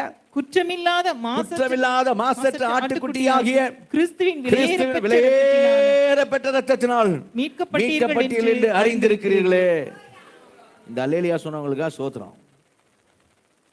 ஏன் மற்றவங்களுக்கு அதில் அழகா வசனம் சொல்லுது, வெள்ளினாலும் பொன்னினாலும் சரி நீ மீட்கப்படலை, குற்றமில்லாத மாசற்ற ஆட்டுக்குட்டியாகிய இயேசு கிறிஸ்துனுடைய விலையேறப்பெற்ற இரத்தத்தினால மீட்கப்பட்டீர்களே. அல்லேலூயா. அப்போ இயேசு கிறிஸ்து ரத்தம் எப்படிப்பட்ட ரத்தம்? குற்றமில்லாத ரத்தம். அல்லேலூயா. அப்போ அவர் அது கிரயம், என்ன கிரயத்தை கொடுத்தாரு பாவ சந்தையில் நம்மளை மீட்கிறதுக்கு? குற்றமில்லாத தன்னுடைய ரத்தத்தை. அல்லேலூயா. ஆட்டுக்குட்டி ரத்தம் இல்லை, ஒரு ஆடு விளையாட்டு கடை ரத்தம் இல்லை, இங்கே ஆட்டுக்குட்டி அவரை போட்டிருக்கு, குற்றமில்லாத தன்னுடைய ரத்தத்தை. அல்லேலூயா. இப்போ நம்ம செஞ்ச பாவங்களுக்கு நமக்கு வர வேண்டிய சம்பளம் யார் வாங்கணும்? மீட்கிற ஆள் யாரோ அவங்க என்ன செய்யணும்? அந்த சம்பளத்தை வாங்கிக்கணும். பாவத்தின் சம்பளம் மரணம். சரியா? 1 கொரிந்தியர் 15ஆம் அதிகாரம் 3ஆம் வசனம் வாசிங்க. 1 கொரிந்தியர் 15ஆம் அதிகாரம் 3ஆவது வசனம். நான் அடைந்ததும் உங்களுக்கு பிரதானமாக ஒப்புவித்ததும் என்னவென்றால், கிறிஸ்துவானவர் வேத வாக்கியங்களின்படி நமது பாவங்களுக்காக மரித்து அடக்கம் பண்ணப்பட்டு வேத வாக்கியங்களின்படி 3ஆம் நாளில் உயிர்த்தெழுந்து கேபாவுக்கும் பின்பு 12 தரிசனமானார். அல்லேலூயா. கிறிஸ்துவானவர் வேத வாக்கியங்களின்படி நமது பாவங்களுக்காக மரித்து. அல்லேலூயா. நமக்கு வர வேண்டிய சம்பளத்தை யார் ஏத்துக்கிட்டா? இயேசு ஏற்றுக்கொண்டார். அல்லேலூயா. 3வது என்ன சொன்னேன்? குற்றமில்லாத ரத்தம் கொடுக்கணும், கிரயமா. சரியா? சம்பளத்தை அவங்க வாங்கிக்கணும். இன்னொன்று நம்ம மேலே இருந்ததுனது சாபத்தை என்ன செய்யணும்? வாங்கணும். கலாத்தியர் 3ஆம் அதிகாரம் 13ஆம் வசனம். கலாத்தியர் 3:13. மரத்திலே தூக்கப்பட்ட எவனும் சபிக்கப்பட்டவன் என்று எழுதியிருக்கிறபடி கிறிஸ்து நமக்காக சாபமாகி நியாயப்பிரமாணத்தின் சாபத்திற்கு நம்மை நீங்களாக்கி மீட்டு கொண்டார். நல்ல கரங்க தலையில சொல்லுவோமா? கிறிஸ்து நமக்காய் சாபமாகி, சாபத்தை ஏற்றுக்கொண்டார்னு கூட போடல பைபிள்ல, நமக்கு அவரே சாபமாகி நியாயப்பிரமாண சாபத்துக்கு நம்மை நீங்களாக்கி மீட்டுக் கொண்டார். அல்லேலூயா. அந்த பாவ சந்தையிலிருந்து அக்ராசோ தேவன் இயேசு கிறிஸ்து நம்மை மீட்டுக் கொண்டார். அல்லேலூயா. எழுதியிருக்கிறபடி அப்படிதான் சொல்றாங்க, அப்படித்தானே வாசிக்கிறோம். அங்க மரத்தில் தூக்கப்பட்ட எவனும் சபிக்கப்பட்டவன் என்று எழுதியிருக்கிறபடி அந்த எழுதியிருக்க இடத்துல போய் வாங்குவோம். என்ன உபாகமம் வாசிங்க. உபாகமம் 21ஆம் அதிகாரம் 22-23 வசனம் வாசிங்க. உபாகமம் 21ஆம் அதிகாரம் 22-23 வசனம். கொலை செய்யப்பட்ட ஒருவன் மேல் சாவுக்கு பாத்திரமான பாவம் உண்டாயிருக்க அவனை கொலை செய்யும்படி மரத்திலே தூக்கி போடுவாயானால் இரவிலே அவன் பிரேதம் மரத்திலே தொங்கலாகாது. அந்நாளிலே தானே அதை அடக்கம் பண்ண வேண்டும். தூக்கி போடப்பட்டவன் தேவனால் சபிக்கப்பட்டவன். ஆகையால் உன் தேவனாகிய கர்த்தர் உனக்கு சுதந்திரமாக கொடுக்கும் உன் தேசத்தை தீட்டுப்படுத்தாயாக. என்ன போட்டிருக்கு தெரியுமா? நம்ம தேசத்தினுடைய சட்டத்தில் அதிகமா தூக்கு கொடுக்க மாட்டாங்க. தூக்கு அப்படின்னாலே பயங்கரமான கொடூரமான அதிகபட்ச தண்டனையாக வக்கீல் அப்படிதான் பேசுவார் கோர்ட்ல. இபி செக்ஷன்லாம் சொல்லிட்டு அதிகபட்ச தண்டனையாக இவருக்கு தூக்கு தண்டனை கொடுக்கும்படி அப்படின்வார். சரியா? தூக்கில போடுறான் அப்படின்னு சொன்னா அவ்வளவு கொடூரமானவன் என்று அர்த்தம். கொடூரமானவர்கள் நம்ம தேசத்தில் தூக்கில போடுவாங்க. இல்லைன்னா சிறைச்சாலை தான், ஆயுள் கைதி, ஆயுள் தண்டனை கூட சொல்லுவாங்க. தூக்கில் போடுறாங்க அப்படின்னா கொடூரமானவர்கள், கொடூர தண்டனை, அவன் கொடூரம் செய்திருக்கிறான். அன்னைக்கு எபிரேயருடைய காரியம் அதுதான், யூதருடைய காரியம், இஸ்ரேல் மக்களுடைய காரியம் அதுதான். மரத்தில் தூக்கப்பட்ட எவனோ சபிக்கப்பட்டவன், சபிக்கப்பட்டவன். ஏன்னா அப்படி ஒரு பனிஷ்மெண்ட் ஒருத்தர் கிடைக்குது அப்படின்னு சொன்னா அவன் கொடூரமானவன், கொடூரமான காரியங்களை செய்திருக்கிறவன், அப்படிப்பட்டவன். ஜனத்தோட இராதபடிக்கு அறுப்புண்டு போகபடி தூக்கி போடப்படுகிறானே, தூக்கிலிடப்படுகிறானே, மரத்தில் தூக்கப்படுகிறானே, அவன் சபிக்கப்பட்டவன்.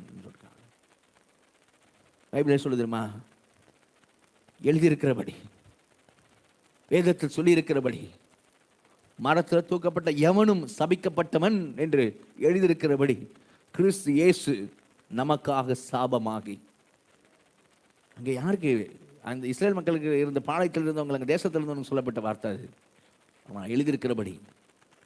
கவனிங்க, நமக்காக இயேசு கிறிஸ்து சிலுவையிலே, நமக்காக இயேசு கிறிஸ்து மரத்தில் தூக்கப்பட்டார். தூக்கு மாட்டி அவரை கொலை செஞ்சாங்க. தூக்கு மாட்டி இயேசு நமக்காய், நம்முடைய பாவங்களுக்காய் மரித்தார் அப்படின்னு வச்சுக்கிடுங்களேன். தூக்கு மாட்டி இயேசு நம்முடைய பாவங்களுக்காக மரிப்பாரானால், சரியா, அப்படி மரித்தாள், தூக்கு மாட்டி மரித்த அவர் நமக்கு நமக்கு சாபத்திலிருந்து நமக்கு விடுதலை அப்படி வச்சுக்கிடுங்க. சாபத்திலிருந்து விடுதலை, சாபத்துக்கு நீங்கள. ஆனால் என்ன உண்டாயிருக்காரு சொல்லுங்க, என்ன உண்டாயிருக்காரு? பாவம் மன்னிப்பு, மீட்பு. ஏன்னா அவர் என்ன சிந்தலை? ரத்தம் சிந்தலை. தூக்கு மட்டும் போட்டு இயேசுவை கொலை செய்ததால், கழுத்தை நெரித்து இயேசுவை கொண்டிருந்தாள். நம்முடைய பாவங்களுக்காக இயேசு ஒண்ணுமே செய்யாம தன்னை ஒப்பு கொடுத்திருந்தாள். கழுத்தை நெரித்து அவர் கொலை செய்யப்பட்டாள். அல்லது தூக்கில் போடப்பட்டு இயேசு மரித்திருப்பாரான, கவனிங்க, இயேசு மரித்திருப்பாரானால் நமக்கு பாவம் மன்னிப்பாகி மீட்பு எப்படி? ஏன்னா கிரயமாக எது செலுத்தப்பட வேண்டும்? குற்றமில்லாத ரத்தம். சரி, குற்றமில்லாத ரத்தம் சிந்தணும் அப்படிங்கிறதுக்காக இயேசு கிறிஸ்து அவர் ஒரு பாவம் அறியாத, ஒரு பாவம் செய்யாதவர்.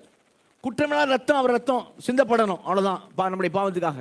சரி, நான் ரத்தம் சிந்துறேன் அப்படின்னு சொல்லி இயேசு கிறிஸ்து தன்னுடைய கையை கொஞ்சம் கீறி கொண்டு அல்லது கொஞ்சம் வெட்டி ரத்தத்தை மாத்திரம், அப்படியே கொஞ்சம் ரத்தத்தை மாத்திரம் இயேசு நமக்காக பாவத்துக்காக செலுத்தி இருப்பாரானால், என் ரத்தம் பரிசுத்தமுள்ள ரத்தம், உங்களுடைய பாவங்களுக்காக என் ரத்தத்தை நான் என்ன செய்கிறேன், கொடுக்கிறேன் என்று சொல்லி இயேசு அந்த ரத்தத்தை நமக்கு கொடுத்திருப்பாரானால், அப்படி சிந்திருப்பாரானால், சரியா, சிந்திருப்பாரானால் அவர் மரிக்காமல் போயிருந்தார். பாவத்தின் சம்பளமாகிய மரணத்தை வாங்காது போயிருந்தார். மரத்தில் தூக்கப்படாமல் போயிருந்தாள். நமக்கு ரட்சிப்பு உண்டாயிருக்குமா? நம்ம சாபத்தில் விடுதலை ஏற்போமா? ரத்தம் மட்டும் இயேசு சிந்தி இருந்தா, கிரையை மட்டும் கொடுக்குறாரு, ஆனால் பாவத்தினுடைய சம்பளத்தை வாங்கல, சாபத்துக்குரிய காரியத்தை செய்யலை. அப்படின்னா நம்ம பாவ சந்தையிலிருந்து மீட்கப்பட்டிருக்க முடியுமா? முடியாது. கவனிங்க, அப்போ கர்த்தராகிய இயேசு கிறிஸ்து, மகாதேவனாகிய இயேசு கிறிஸ்து, தேவகுமாரனாகிய இயேசு கிறிஸ்து என்னுடைய காரியம் என்ன தெரியுமா? அவர் மனுஷனுடைய உயிர் இரத்தத்தில் இருக்கிறது அப்படின்னா, அப்போ அதில் ஒரு சொட்டு ரத்தம், 2 சொட்டு ரத்தம் இல்லை, இரத்தத்தில் தான் உயிர் இருக்கிறது. பாவத்தின் சம்பளம் மரணம் தான். அப்போ நம்முடைய சம்பளத்தை அவர் வாங்குவதற்கு அவர் மரித்தாக வேண்டும். அதே நேரம் ரத்தம் தான் பாவ நிவர்த்தி உண்டாக்குறது. அப்போ ரத்தம், கொஞ்சம் ரத்தம் கொடுக்கறதா மறிக்க முடியாது, முழு ரத்தத்தை என்ன செய்யணும், கொடுத்தாக வேண்டும். அதே நேரம் முழு ரத்தத்தை அறுக்கப்பட்டு, சரியா, வெட்டப்பட்டு, கல்லால் எரியப்பட்டு அப்படி ரத்தம் சிந்தது இல்லை, சபிக்கப்பட்டவனாக மரத்தில் தூக்கப்பட வேண்டும். ஷேம்ஃபுல் டெத், மரத்தில் தூக்கப்பட வேண்டும். 3 காரியத்தையும் செய்வதற்கு குமாரனாகிய தேவன் இயேசு கிறிஸ்து 3 காரியத்தை மனப்பூர்வமாய் செய்வதற்கு, தன் ரத்தம் முழுவதையும் நமக்காய் தருவதற்கு, பாவ சந்தையிலே பாவம் செய்து அடிமைத்தனத்தில் இருந்த நம்மை பாவம் செய்கிறவன் பாவத்துக்கு அடிமையாக இருக்கிறான் வார்த்தை சொல்லுங்க. பாவ சந்தையில் அடிமைத்தனத்தில் இருந்த நம்ம ஒன்றும் முடியாமல் நம்மளே மீட்க முடியாது, யாரும் மீட்கிறதுக்கும் முடியாது, அந்த நிலைமையில் இருந்த நம்ம மீட்பதற்காகவே அவர் இறங்கி வந்து அவர் இரத்தம் முழுவதையும் நமக்காய் கொடுத்து, அவர் மரணத்தை ருசி பார்த்து நமக்காய் மரித்து, அதுவும் அகோரமாய் அலங்கோலமாய் சபிக்கப்பட்டவன் என்று எழுதியிருக்கிறபடி மரத்தில் தூக்கப்பட்டவராக நமக்காக மரிக்கும்படியாக அவர் ஒப்பு கொடுத்ததுனால அதனால தான் அகராசோ இன்றைக்கு நாம் அந்த பாவ சந்தையிலிருந்து மீட்கப்பட்டிருக்கிறோம். கரங்குதல்லே சொல்லுவோமா? அல்லேலூயா. இப்போ யார் வீட்லையாவது எங்கேயாவது இந்த குடும்பத்தில் எங்கேயாவது இந்தியாவில் அவங்க பிள்ளைக்கு தூக்கு தண்டனை அப்படின்னு வைங்களேன், அந்த குடும்பம் எப்படி, அந்த குடும்பம் சந்தோஷமாக சொல்லுவாங்களா? அதை என் பிள்ளைக்கு தூக்கு அப்படி நம்ம சந்தோஷமாக சொல்லுவாங்களா? அந்த குடும்பத்துக்கு தலை குனிவு தானே இருக்கும். அப்படிதாங்க, அந்த குடும்பத்தில் அந்த பையனை தூக்கில் போட்டாங்கப்பா, ஏன் அவன் என்ன பண்ணான் அப்படி தானே கேட்பாங்க. ஒரு அவமானம், ஒரு அவமானம். இஸ்ரேல் மக்களுக்கு பொறுத்த வரைக்கும் மரத்தில் தூக்கப்பட்டா அது சபிக்கப்பட்ட ஒரு காரியம். ரோமரில் பொறுத்த வரைக்கும் சிலுவையில் அறைந்தா அது சபிக்கப்பட்ட காரியம். கொடூரமானவர்களாம் சிலுவையில் அறைவாங்க ரோமர்கள். அதிகபட்ச தண்டனை ரோமரில் எதுன்னு சொன்னால் சிலுவையில் அறையிறது. அப்போ ரோமர்கள் அவமானமாய் கருதின சிலுவை, யூதர்கள் இஸ்ரேல் மக்கள் அவமானமாய் கருதின மரம். மரத்தால் செய்யப்பட்ட சிலுவையில் உங்களுக்காக எனக்காகவும் அகோரமாய் அலங்கோலமாய் சபிக்கப்பட்டவன் என்று எல்லாரும் தூஷிக்கும்படியாய் இயேசு கிறிஸ்து தொங்கினதுனாலே, இரத்தம் சிந்தினதுனாலே, நமக்காய் மரித்ததுனாலே, மரணத்தை ருசி பார்த்ததுனாலே, சபிக்கப்பட்டவராகவே மாறினதுனால இன்னைக்கு நமக்கு கிடைத்திருக்கிறது அவருக்குள்ள பாவ மன்னிப்பு ஆகிய மீட்பு. அல்லேலூயா, அல்லேலூயா. அதனால தான் அப்போஸ்தலர் பிரசங்கம் பண்ணும் போதெல்லாம் தெரியுமா, ரொம்ப அந்த அந்த அந்த அவமானத்தின் காரியம் அப்படிங்கிறதுனால தான் அவங்க தைரியமாக அதை வந்து பிரசங்கத்தில் பயன்படுத்துகிறாங்க. எப்படி இயேசு கிறிஸ்துடைய காரியத்தை பாருங்க அப்படின்னு சொல்லி பிரசங்கத்தை பயன்படுத்தும் போது நீங்கள் பார்த்தீங்க, நீங்கள் அப்போஸ்தலர் நடபடிகளை வாசிங்க. அப்போஸ்தலர் நடபடிகளை தான் அவங்களுடைய பிரசங்கத்துடைய காரியத்தெல்லாம் பார்க்க முடியும். அப்போஸ்தலர் 5ஆம் அதிகாரத்தில் 30ஆம் வசனம் வாசிங்க. அப்போஸ்தலர் நடபடிகள் 5:30. நீங்கள் மரத்திலே தூக்கி கொலை செய்த இயேசுவை நம்முடைய பிதாக்களின் தேவன் எழுப்பி, எப்படி சொல்றாப்ல, நீங்கள் மரத்திலே தூக்கி கொலை செய்த இயேசுவை. ஏன் இந்த வார்த்தை வருது? அது உணர்த்துறதுக்காக, உங்களுக்காக எனக்காக ஒரு சாபமானார். அல்லேலூயா. யூதர்களுக்கு பிரசங்கம் பண்ணும்போது மட்டும் இந்த வார்த்தையை சொல்ற காரியம் இல்லை. மரத்தில் நீங்கள் தூக்கி கொலை செய்த இயேசுவை என்று சொல்கிறது. புறஜாதிகளுக்கு பிரசங்கம் பண்ணாலும் இந்த வார்த்தை அவர்களுக்கும் சொல்லப்பட்டது. கொர்நேலிய வீட்டில் அப்போஸ்தலர் 10ஆம் அதிகாரத்து வாங்க, 39ஆம் வசனம் வாசிங்க. அப்போஸ்தலர் 10ஆம் அதிகாரம் 39ஆம் வசனம். யூதருடைய தேசத்திலும் எருசலேமிலும் அவர் செய்த எல்லாவற்றிற்கும் நாங்கள் சாட்சிகளா இருக்கிறோம். அவரை மரத்திலே தூக்கி கொலை செய்தார்கள். அவரை மரத்திலே தூக்கி கொலை செய்தார்கள். பேதுரு சொல்றாரு பாத்தீங்களா, மரத்துல தூக்கி தான் கொலை செய்தாங்க. அதாவது எவ்வளவு சாபத்தீடானது. அப்ப அவங்களுக்கு ரொம்ப புறஜாதிகளுக்கு தெரியும். கவனிங்க, யூதர்களுக்கு பிரசங்கம் பண்ணும்போது யூதர்களுக்கு என்ன தெரியும்னா, அவங்களுக்கு உபாகமம் 21, 22, 23 வசனம் தெரியும். அவங்களுக்கு பிரசங்கம் பண்ணும்போது மரத்தில் தூக்கப்பட்ட அவர் என்று பிரசங்கம் பண்ணப்படுகிறார். புறஜாதிகளுக்கு பிரசங்கம் பண்ணும்போது அவங்களுக்கு ரோம கலாச்சாரம் தெரியும். சிலுவையா, ஐயோ அவமானம் அப்படின்னு அவங்களுக்கு தெரியும். அந்த புறஜாதிகளுக்கு பிரசங்கம் பண்ணும்போது அங்க வார்த்தை சொல்லப்படுகிறது, அவரை மரத்தில் தூக்கி தான் என்ன செஞ்சாங்க, கொலை செஞ்சாங்க. அந்த அளவுக்கு அவர் என்ன பண்ணார், தன்னை ஒப்பு கொடுத்தார். பேதுரு நிருபமா எழுதுறார்.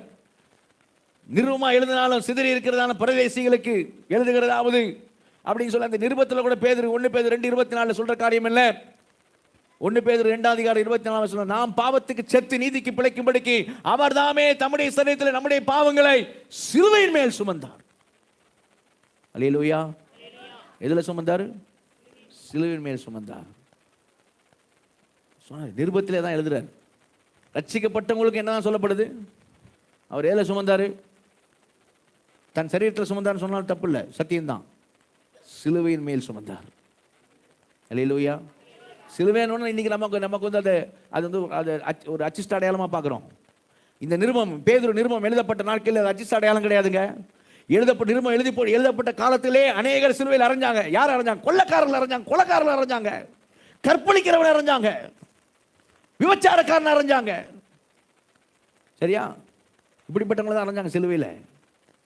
அப்போ கொலைக்காரன், கற்பழிக்கிறவன், அப்படிப்பட்ட மோசமானவங்க சிலுவை அறையப்பட்ட அந்த நேரம் தான் சொல்லப்படுது. அந்த நேரம் இயேசு கிறிஸ்துவை குறித்து சொல்லப்படுது. நம்முடைய இரட்சகராகிய இயேசுவை குறித்து சொல்லப்படுது. அவரும் சிலுவையில் தான், மரத்தில் தான் தூக்கப்பட்டார், சிலுவையில் தான் அறையப்பட்டார், சிலுவையில் தான் தொங்கினார், சிலுவையில் தான் சுமந்தார். பாவ சந்தையில் நமக்காய் கிரயம் கொடுத்தார். என்ன கிரயம்? அவருடைய ரத்தம், கிறிஸ்துவின் ரத்தம், அகராசோ ரத்தம் கிரயமாய் கொடுக்கப்பட்டு நீங்கள் நானும் மீட்கப்பட்டிருக்கிறோம். அதனால தான் இந்த எபேசியர் நிருபம் 1:7 சொல்கிற காரியம் என்னென்ன, அவருடைய கிருபையின் ஐஸ்வரியத்தின்படியே இவருடைய இரத்தத்தினாலே பாவ மன்னிப்பாகிய மீட்பு இவருக்குள் நமக்கு உண்டாயிருக்கிறது. அல்லேலூயா, அல்லேலூயா. வசனத்தை மறுபடியும் வாசிங்க. எபேசியர் 1:7 வாசிங்க. அவருடைய கிருபையின் ஐஸ்வரியத்தின்படியே இவருடைய இரத்தத்தினாலே பாவ மன்னிப்பாகிய மீட்பு இவருக்குள் நமக்கு உண்டாயிருக்கிறது. கவனிங்க, இயேசு கிறிஸ்து சிலுவையில் நமக்காய் மரித்து கிரயம் செலுத்தின காரியம். இந்த உபாகமம் வாசிக்க வேணாம், 28ஆம் அதிகாரத்தில் வருதுல, சாபம்லாம் வருதுல, அத்தனை சாபமும் என்ன தெரியுமா? என்ன தெரியுமா அத்தனை சாபமும்? தேவனால் கைவிடப்பட்டவனுக்கு என்ன வருமோ அதுதான் அத்தனை சாபமும். தேவன் ஒரு மனுஷனை விட்டு விலகினாள், தேவன் தன் முகத்தை மறைத்து கொண்டாள், தேவன் ஒரு மனிதனை கைவிடுவாரானால் அவனுக்கு என்னெல்லாம் வருமோ அதுதான். அது இங்கிலீஷ்ல எப்படி போடுறான்? கட் ஆஃப் என்று சொல்ல. Cut off. தேவனோடு உள்ள உறவில கட் ஆஃப், தேவனோட ஐக்கியத்தில் கட் ஆஃப். தேவன் தன் முகத்தை திருப்பிக் கொள்கிறார், தேவன் கைவிடுகிறார், தேவன் அவனை விட்டு விலகி விடுகிறார். அப்ப அந்த மனிதனுக்கு வருமே அதுதான் உபாகமம் 28:15 போட்டிருக்க காரியம். இயேசு கிறிஸ்து சிலுவையில் மரித்தது சரீர மரணம் மாத்திரம் அல்ல, சரீர மரணம் மாத்திரம் அல்ல, அது ஆவிக்குரிய மரணமும் கூட. ஏன் அப்படி சொல்றேன்? அத்தனை நாள் அத்தனை நேரமும் ஒருவேளை கூட ஒரு ஒடிப்பொழுதிலும் அவரை விட்டு விலகாத பிதாவாகிய தேவன் என்ன செஞ்சாரு? என்ன செஞ்சாரு? இவர் கதறும்படியாக, தேவனே தேவனே ஏன் என்னை கைவிட்டீர் என்று சொல்ல முடியா? ஏன் தேவன் கைவிட்டார்? ஏன் தேவன் கைவிட்டார்? ஏன் தன் பிள்ளையை கைவிட்டார்? ஏன் விட்டார்?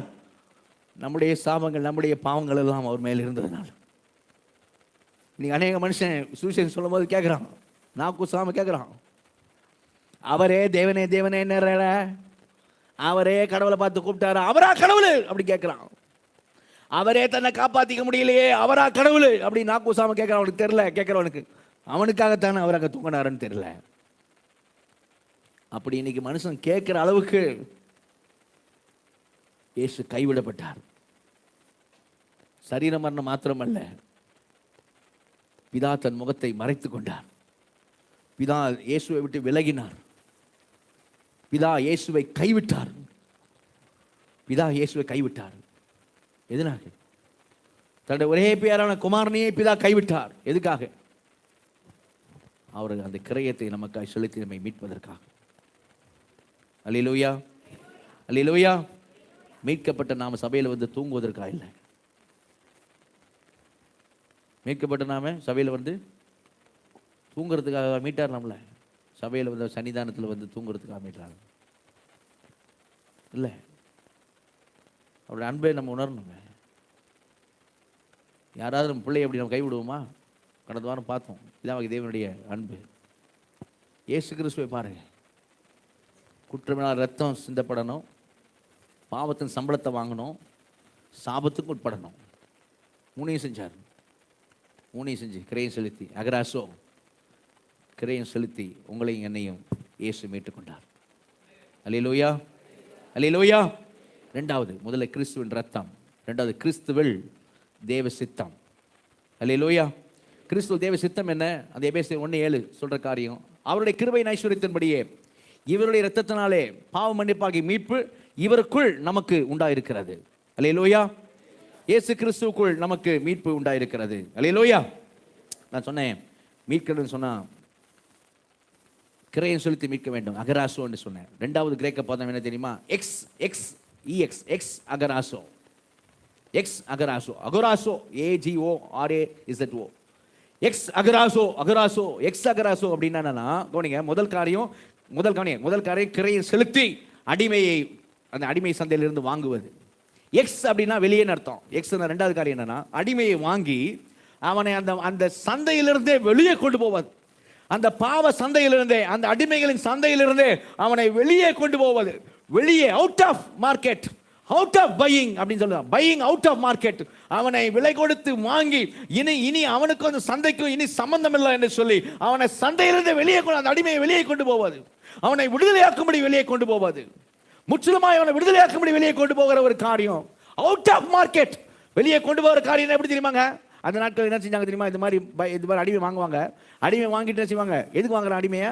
அவன் இவனுக்கு வேலை செய்யறதுக்கு வாங்குவான். சரியா? இவன் இவன் இவன் கொண்டு போய் என்ன செய்வான்? கொடுமைப்படுத்துவான். 1 வருஷம் 2 வருஷம் இவன் இவன் இவனுக்கு வேலை செய்யணும், இவன் காரியத்தில் செய்யணும். அதுக்கு பிறகு என்ன பண்ண தெரியுமா? இவனுக்கு ஏதோ கஷ்டம் வச்சுக்கிடுங்க, இவனுக்கு ஏதோ கஷ்டம் பணம் வேணும்னு என்ன செய்வான்? அடிமையை பிடிப்பான், நேராக மார்க்கெட்டு மறுபடியும் உள்ள தூக்கிட்டு போவான். மறுபடியும் அந்த அடிமை மார்க்கெட்டில் கூட்டு போவான். அடிமை எங்கேருந்து இவனை அவன் வாங்கிட்டு வந்தானோ அதே இடத்துக்கு மறுபடியும் இவனை கூட்டு போய் இவன் விற்பான், இவன் ரேட்டு பேசி விற்பான். அதுதான் மறுபடியும் அடிமைத்தனத்துக்குள்ள கொண்டு போகிற காரியம், மறுபடியும் மார்க்கெட்டில் கொண்டு போகிற காரியம். ஆனால் நமக்காக போடப்பட்டிருக்க வார்த்தை என்ன தெரியுமா? புதிய ஏற்பாட்டில் out of buying out of market. எக்ஸ் அகராசோ, எக்ஸிட்னா வெளியே, எக்ஸ்னா வெளியே, வெளியே மார்க்கெட்டுக்கு வெளியே. அதாவது அந்த பாவ சந்தைக்கு நமக்கும் சம்பந்தம் இல்லாதபடி இயேசு கிறிஸ்து நம்மை வெளியே கொண்டு வந்திருக்கிறான்னு சொல்லப்பட்டிருக்கிறது. அல்லேலூயா, அல்லேலூயா. கவனிங்க, அதுனா எப்படி முடியும்? அப்படி பாவ சந்தைக்கு நமக்கு சம்பந்தம் இல்லைன்னு சும்மா வாயில சொல்ல முடியுமா? ஒரே ஒன்று செஞ்சாதான் முடியும். என்ன செஞ்சா முடியும் தெரியுமா? என்ன செஞ்சா முடியும் தெரியுமா? நம்ம செஞ்ச பாவங்களையும் நம்மையும் தனித்தனியே பிரிச்சாதான் முடியும். நம்மையும் நாம் செஞ்ச பாவங்களையும் தனித்தனியே பிரிச்சு நம்மளை வெளியே தள்ளிட்டு அந்த பாவத்தை மாத்திரம் டீல் பண்ணா மட்டுமே முடியும். நம்மையும் நாம் செய்த அக்கிரமங்களையும், நாமும் நாம் செய்த குற்றங்களையும், நம்மையும் நாம் செய்த பாவங்களையும் ரெண்டையும் தனித்தனியா பிரிச்சாதான் முடியும், பிரிச்சாதான் முடியும். ஃபர்கிவ்னஸ், மன்னிப்பு அப்படின்னா கிரேக்க பதத்தினுடைய காரியம் எப்படி போட்டிருக்கு, அர்த்தம் எப்படி போட்டிருக்கு தெரியுமா? சுமந்து கொண்டு செல்வதுன்னு போட்டிருக்கு. சுமந்து கொண்டு செல்வது. எதை சுமந்து கொண்டு செல்வது? பாருங்க, நான் சொன்னேன் அங்கே யூதர்களுக்கு, அங்கே இஸ்ரேல் மக்களுக்கு பாவ நிவர்த்தி நாளில் ஒரு வெள்ளாட்டுக்கடா பலியானதுன்னு சொன்னேன், ரத்தம் சிந்தன்னு சொன்னேன். அதான் நம்ம முதல்ல கிரையன்னு பார்த்தோம். இன்னொரு ஆடு இருந்துச்சு அங்கே, இன்னொரு ஆடும் அங்கே இருந்தது. வாசிங்க லேவியராகமம் 16 வாங்க. லேவியராகமம் 16ஆம் அதிகாரத்தில் அங்கே இன்னொரு ஆட்டை குறித்து என்ன செய்கிறோம்? நம்ம வாசிக்கிறோம் 7வது வசனத்திலிருந்து 10ஆம் வசனம் வரையிலும். பின்னாடி மைக் இருந்து எடுத்துங்க. அந்த 2 வெள்ளாட்டு கடாக்களையும் கொண்டு வந்து ஆசாரிப்பு கூடார வாசலிலே கர்த்தருடைய சந்நிதியில் நிறுத்தி. 2 வெள்ளாட்டு கடாவை கொண்டு வருவாங்க, கொண்டு வந்து ஆசாரி கூடாரத்தில் வாசலில் நிறுத்தி அந்த 2 வெள்ளாட்டு கடாக்களையும் குறித்து கர்த்தருக்கென்று ஒரு சீட்டும் போக்கடாக விடப்படும் வெள்ளாட்டு கடாவுக்கென்று ஒரு சீட்டும் போட்டு கர்த்தருக்கென்று சீட்டு விழுந்த வெள்ளாட்டு கடாவை பாவ நிவாரண பலியாக சேர பண்ணி. விழுந்த சீட்டு விழுந்த அந்த வெள்ளாட்டு கடா தான் பலியாகுது, ரத்தம் சிந்தது. போக்கடாக விடப்பட சீட்டு விழுந்த வெள்ளாட்டு கடாவை அதை கொண்டு பாவ நிவர்த்தி உண்டாக்கவும் அதை போக்கடாக வனாந்தரத்திலே போக விடவும் கர்த்தருடைய சந்நிதியில் உயிரோடு நிறுத்தி. அது என்ன பண்ணுவாங்க? வனாந்தரத்துல போக்காடா என்ன செய்வாங்க? அனுப்பிடுவாங்க. 22ஆம் வசனம் வாசிங்க. 22 அதுலயே அதே அதிகாரத்தில் 22. போக்காடா விடப்பட்ட அந்த வெள்ளாட்டு கடா அவர்களுடைய அக்கிரமங்களை எல்லாம் தன்மேல் சுமந்து கொண்டு குடியில்லாத தேசத்துக்கு போவதாக அவன் அந்த வெள்ளாட்டு கடாவை வனாந்தரத்திலே போக விட கடவன். இன்னொரு ஆடு, அந்த ஆடுக்கு என்ன பேரு? போக்காடு. அந்த போக்காடுடைய காரியம் என்ன? நான் இவ்வளவு நேரம் பேசுறது பலியாடை பத்தி பேசுறேன். இப்ப போக்காடு காரியம் என்ன? போக்காடு மேல ஜனங்களுடைய பாவங்கள் எல்லாம் போக்காடு மேல சுமக்கப்பட்டு அந்த போக்காடு வனாந்தரமாய் அனுப்பப்பட்டு விடும். வனாந்தரமான இஸ்ரவேலுடைய பாளையத்தில் இருந்து எவ்வளவு தூரமாய் அது பிரித்து அனுப்பப்பட வேண்டுமோ அவ்வளவு தூரமாய் அது வனாந்தரத்தில் தண்ணீர் இல்லாத இடத்துக்கு அந்த போக்காடு ஜனங்களின் பாவத்தை சுமந்து கொண்டு போய்விடும். இஸ்ரவேல் ஜனங்கள் பாவங்களை எல்லாம் ஒரு போக்காடு சுமந்து கொண்டு அந்த நாளில் போய்விடும். அது என்ன, எதை குறிக்குது? ஜனங்களையும் பாவத்தையும் தேவன் பிரித்து அந்த பாவத்தை அந்த ஆண்டு மேல வச்சு அனுப்புறார் ஜனங்களை மன்னிக்கும்படியாக, ஜனங்களை மன்னிக்கும்படியாக. அன்னைக்கு இஸ்ரவேல் பாளையத்தில் வருஷத்துக்கு ஒரு முறை ஒரு போக்காடு போச்சு, ஜனங்களுடைய பாவங்களை சுமந்து கொண்டு போச்சு. ஆனால் உங்களுக்காக எனக்காக போக்காடு யார் தெரியுமா? கர்த்தராகிய இயேசு கிறிஸ்து. அல்லேலூயா, அல்லேலூயா. அவர் நம்முடைய பாவங்களை சுமந்தார். அல்லேலூயா.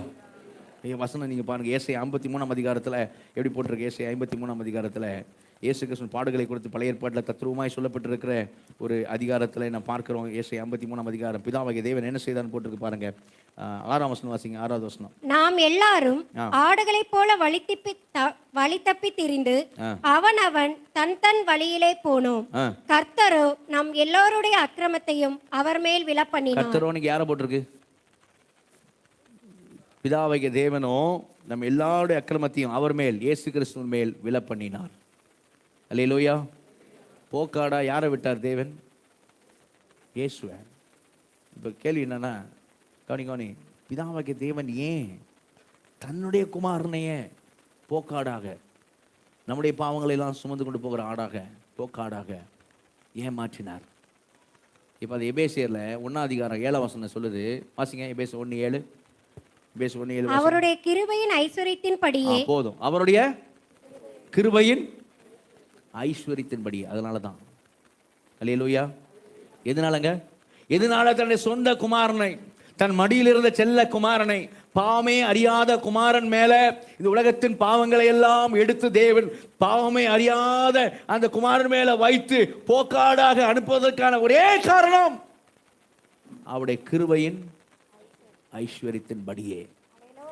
அல்லேலூயா. கிருபையின் ஐஸ்வரியத்தின் படியேன்னு வாசிக்கிறோம். கவனிங்க, கிருபையின் ஐஸ்வரியத்தில் இருந்து அப்படி வாசிக்கல.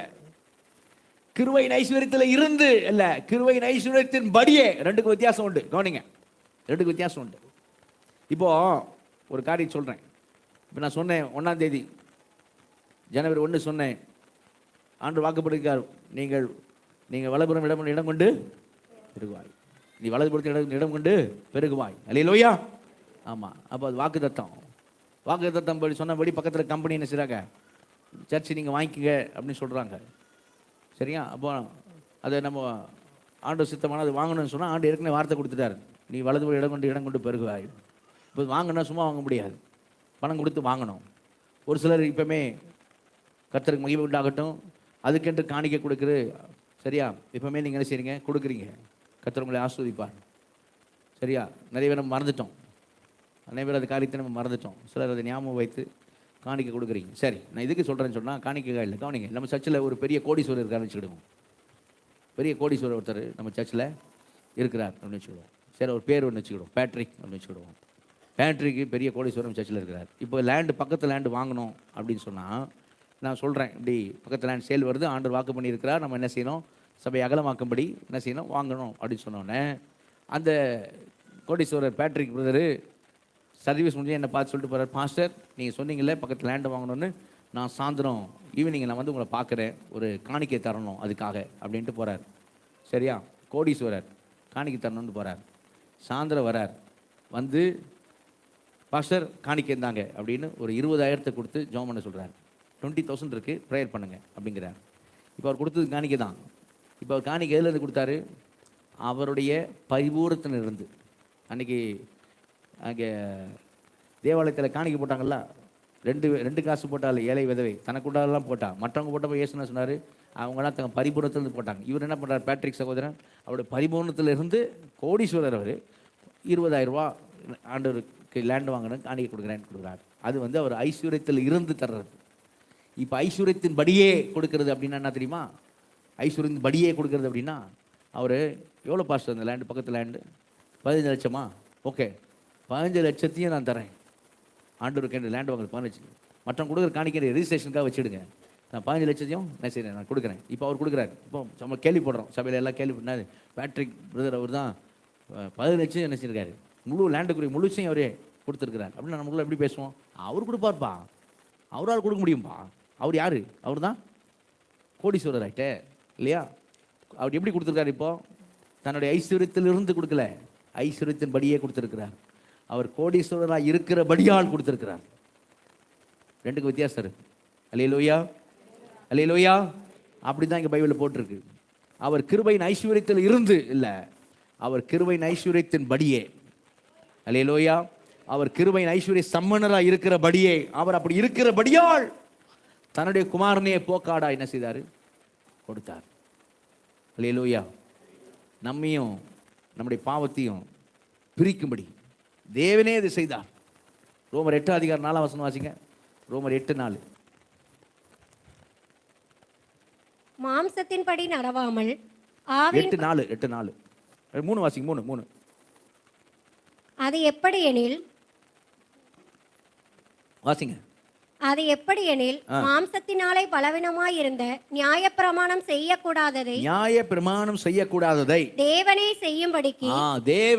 செய்யும்படிக்கு தம்முடைய குமாரனை பாவ மாம்சத்தின் சாயலாகவும் பாவத்தை போக்கும் பலியாகவும் அனுப்பி மாம்சத்திலே பாவத்தை ஆக்கினைக்குள்ளாக தீர்த்தார். அல்லேலூயா. நியாயப்பிரமாணம் செய்யக்கூடாதது தேவனே செய்யும்படிக்கு தன்னுடைய குமாரனை, கவனிங்க, தன்னுடைய குமாரனை பாவ மாம்சத்தின் சாயலாகவும் பாவத்தை போக்கும் பலியாகவும் அனுப்பி, அவர் அனுப்பினார் தெரியுமா மாம்சத்துல. அந்த மாம்சத்துல நம்முடைய பாவங்களை எல்லாம் போக்காடு மேல வைக்கிறது போல் அந்த மாம்சத்துல பாவங்களை எல்லாம் வச்சு நம்மை விட்டு பாவங்களை பிரித்து அந்த மாம்சத்துல வச்சு அந்த பாவத்தை, நம்ம அல்ல, அந்த பாவத்தை அந்த சரீரத்துல ஆக்கினைக்குள்ளாக தேவன் தீர்த்தார். அல்லேலூயா, அல்லேலூயா. கவனிங்க, அப்படின்னா எப்படி பிரிச்சிருக்கா தெரியுமா? நம்மையும் பாவத்தை எப்படி பிரிச்சுட்டா தெரியுமா? நம்மையும் பாவத்தை எப்படி பிரிச்சுட்டாரு? அங்கே இஸ்ரேல் பாளையத்தில் நாடு போக்காடாக வனாந்தரத்துக்கு போயிடணும், தூரமாக போயிடணும், திரும்பி உள்ளே வரக்கூடாது, அதனால அங்கே தூரமாக போயிடணும். அதே போல் நம்மையும் நம்முடைய பாவத்தையும் சரியா கிறிஸ்துவுக்குள் தேவ சித்தம் என்ன எப்படி பிரிச்சிருக்காரு தெரியுமா? சங்கீதம் 103 சங்கீதத்தில் 12 வசனம் வாசி எப்படி பிரிச்சிருக்காரு பாருங்க. சங்கீதம் 103:12.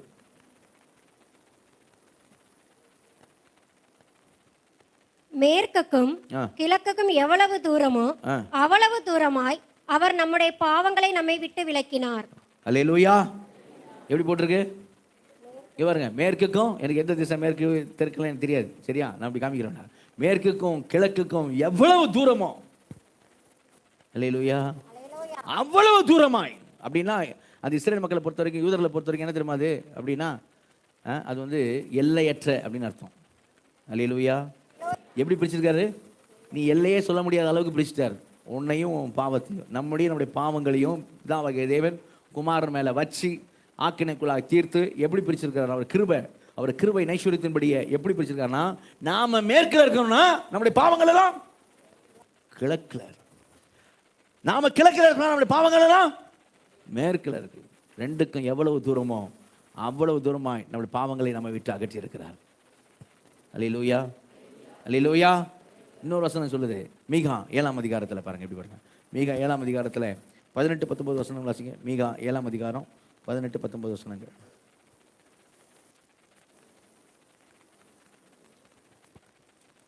தமது சுதந்திரத்தில் மீதியானவருடைய அக்கிரமத்தை பொறுத்து மீறுதலை மன்னிக்கிற தேவரிற்கு ஒப்பான தேவன் யார்? அவர் மீறுதலை மன்னிக்கிற தேவரிற்கு ஒப்பான தேவன் யார்? நல்ல கரங்குதல்ல சொல்லுவோமா? மன்னிக்கிற தேவன் யார்? அவருக்கு ஒப்பா இருக்கிற தேவன் யார்? அல்லேலூயா. தொடர்ந்து வாசிங்க. அவர் கிருபை செய்ய விரும்புகிறபடியால் அவர் என்றென்றைக்கும் கோபம் என்ன செய்ய விரும்புகிறபடியால் சொல்லுங்க. என்ன செய்ய விரும்புகிறபடியால்? கிருபை செய்ய விரும்புகிறபடியால். அல்லேலூயா. தொடர்ந்து வாசிங்க. அவர் திரும்ப நம்மேல் இறங்குவார், நம்முடைய அக்கிரமங்களை அடக்கி நம்முடைய பாவங்களை எல்லாம் சமுத்திரத்தின் ஆழங்களில் போட்டு விடுவார். நல்ல கரங்குதல்ல சொல்லுவோமா? நம்முடைய பாவங்களை எல்லாம் எங்க போட்டுறாரா? சமுத்திரத்தின் ஆழத்துல. அல்லேலூயா. மேற்குக்கு கிழக்கு எவ்வளவு தூரமோ அவ்வளவு தூரமாய் அவர் நம்முடைய பாவங்களை விட்டு அகற்றினார். நம்முடைய பாவங்களை எல்லாம் மன்னிக்க கிருபை நிறைந்திருக்கிற தேவன். அவரை போல மன்னிக்கிறதுக்கு தேவன் வேற தேவன் யார்? அவர் எப்படி செய்ய நம்முடைய பாவங்களை எல்லாம் எடுத்து அவர் கடலின் ஆழத்துல அதை போட்டு விட்டார். இப்ப போய் ஆண்டவர்கிட்ட பழைய பாவம் ஏதாவது ஒண்ணு நம்ம போய் சொன்னோம்னு வைங்களேன், தேவனே நான் இப்படி பண்ணனே அப்படின்னா, எப்படா மகனே அப்படின்னு. அல்லேலூயா. எப்போ மகளே நீ எப்போ செஞ்ச? அப்படிதான் அவர் மன்னிக்கிறார். அல்லேலூயா. மனுஷன் சொல்றவன் எஃப்ஐஆர்லாம் வச்சுருப்பான் இல்லையா? இது ஹஸ்பண்ட் ஒய்ஃப்குள்ள இந்த எஃப்ஐஆர்லாம் இருக்கும் இல்லை? எஃப்ஐஆர் ஃபைல்லாம் திடீர்னு நேரம் வரும்போது அந்த ஃபைல்லாம் தட்டி தூக்குவாங்க. வேலை என்னென்ன, போன வருஷம் ஜனவரி மாதம் 26ஆம் தேதி ஒரு கல்யாணத்துக்கு போனமே, நான் ரெட் கலர் சாரி உடுத்தி இருந்தேனே. அடேங்கப்பா, அன்னைக்கு என்ன பார்த்து அந்த இடத்துல நீங்க சொன்ன வார்த்தை என்ன? அவன் கேட்பான், புருஷன், ஐயோ என்ன வார்த்தை? அவனுக்கு ஞாபகம் இருக்காது. அல்லது அவன் சொல்லுவான், நீ பேசுன என்ன வார்த்தை, இந்த டேட்டு? போன வருஷம் கிறிஸ்மஸ் அப்போ. என்னங்க கிறிஸ்மஸ் அப்போ என்ன பண்ண? என்னங்க பண்ண? சமையல் தானங்க பண்ணேன். சரியா, என்ன பண்ண அப்படின்ட்டு அவன் சொல்லுவான், நான் போய் கறி வாங்கிட்டு வந்து கையில் கொடுத்தனே கிச்சன்ல, இந்த இடத்துல இல்ல நடு வீட்டில், இந்த இடத்துல வச்சு நீ என்ன சொன்ன என்ன சொன்ன அப்படின்னு. அவளுக்கு புரியாது. என்ன சொன்னேன், நான் என்ன சொன்னேன் ஞாபகம் இல்லை உனக்கு? ஃபைல் எஃப்ஐஆர் தூசு தட்டி தூக்குவான் மனுஷன். ஆண்டவர் கிருபை. நான் போய் சொன்ன, ஆண்டவரே நான் செஞ்சேனே. அவர் சொல்ல, எப்போ செஞ்சடா? நீ எப்படா செஞ்ச? நீ எப்பமா செஞ்ச? அந்த மாதிரி ஆண்டவர் அகற்றினார். அல்லேலூயா. அது எப்படி அகற்றுறது தெரியுமா? ஏதோ அந்த பாவங்களை நம்ம செய்யாத மாதிரி கேன்சலேஷன் பண்ணுற டெப்ட், கடனெல்லாம் கேன்சல் பண்ணிடுறாரு. அந்த மாதிரி தான் சொல்லுது பைபிள். அந்த பாவங்களே நம்ம செய்யாதபடி, அந்த பாவங்களே செய்யாத இயேசு செஞ்ச மாதிரி. உண்மையில் அப்படிதாங்க பைபிள் இருக்கு. அந்த பாவங்களை நாம செய்யலாம், இயேசு செஞ்ச மாதிரி. தேவன் எடுத்து இயேசு மேல போட்டு, இயேசு மேல நீதி எடுத்து நம்ம மேல போட்டு எக்ஸ்சேஞ்ச் நினைச்சு கூட பார்க்க முடியாத ஒரு காரியம். இயேசு இடத்துல அப்படி ரிசீவ் பண்ணிக்க முடியுமா? மற்றவங்க செஞ்ச அக்கிரமத்தையும் பாவத்தையும் நம்ம மேல அபாண்டமான ஒரு காரியம் வந்தாலும் நமக்கு எப்போ அதை ப்ரூவ் பண்ணணும் தான் நம்ம இருப்போம், ரெடியா இருப்போம் இல்லையா? நான் தப்பு பண்ணல அப்படின்னு நிரூபிக்கத்தான் நம்ம ரொம்ப வேகமாக இருப்போம். நம்ம எல்லாருக்கும் அந்த உணர்வு உண்டு. ஆனால் இயேசு செஞ்சது பாருங்க, அந்த பாவங்களை முழுசாக நம்மளை விட்டு அகற்றி. சரியா? அது எப்படிப்பட்ட வார்த்தை தெரியுமா? இயேசு ஓமையா சொல்லும்போது சொல்றாரு. புதிய ஏற்பாடு 2 வருஷம் பழைய ஏற்பாட்டில் பார்த்தோம்.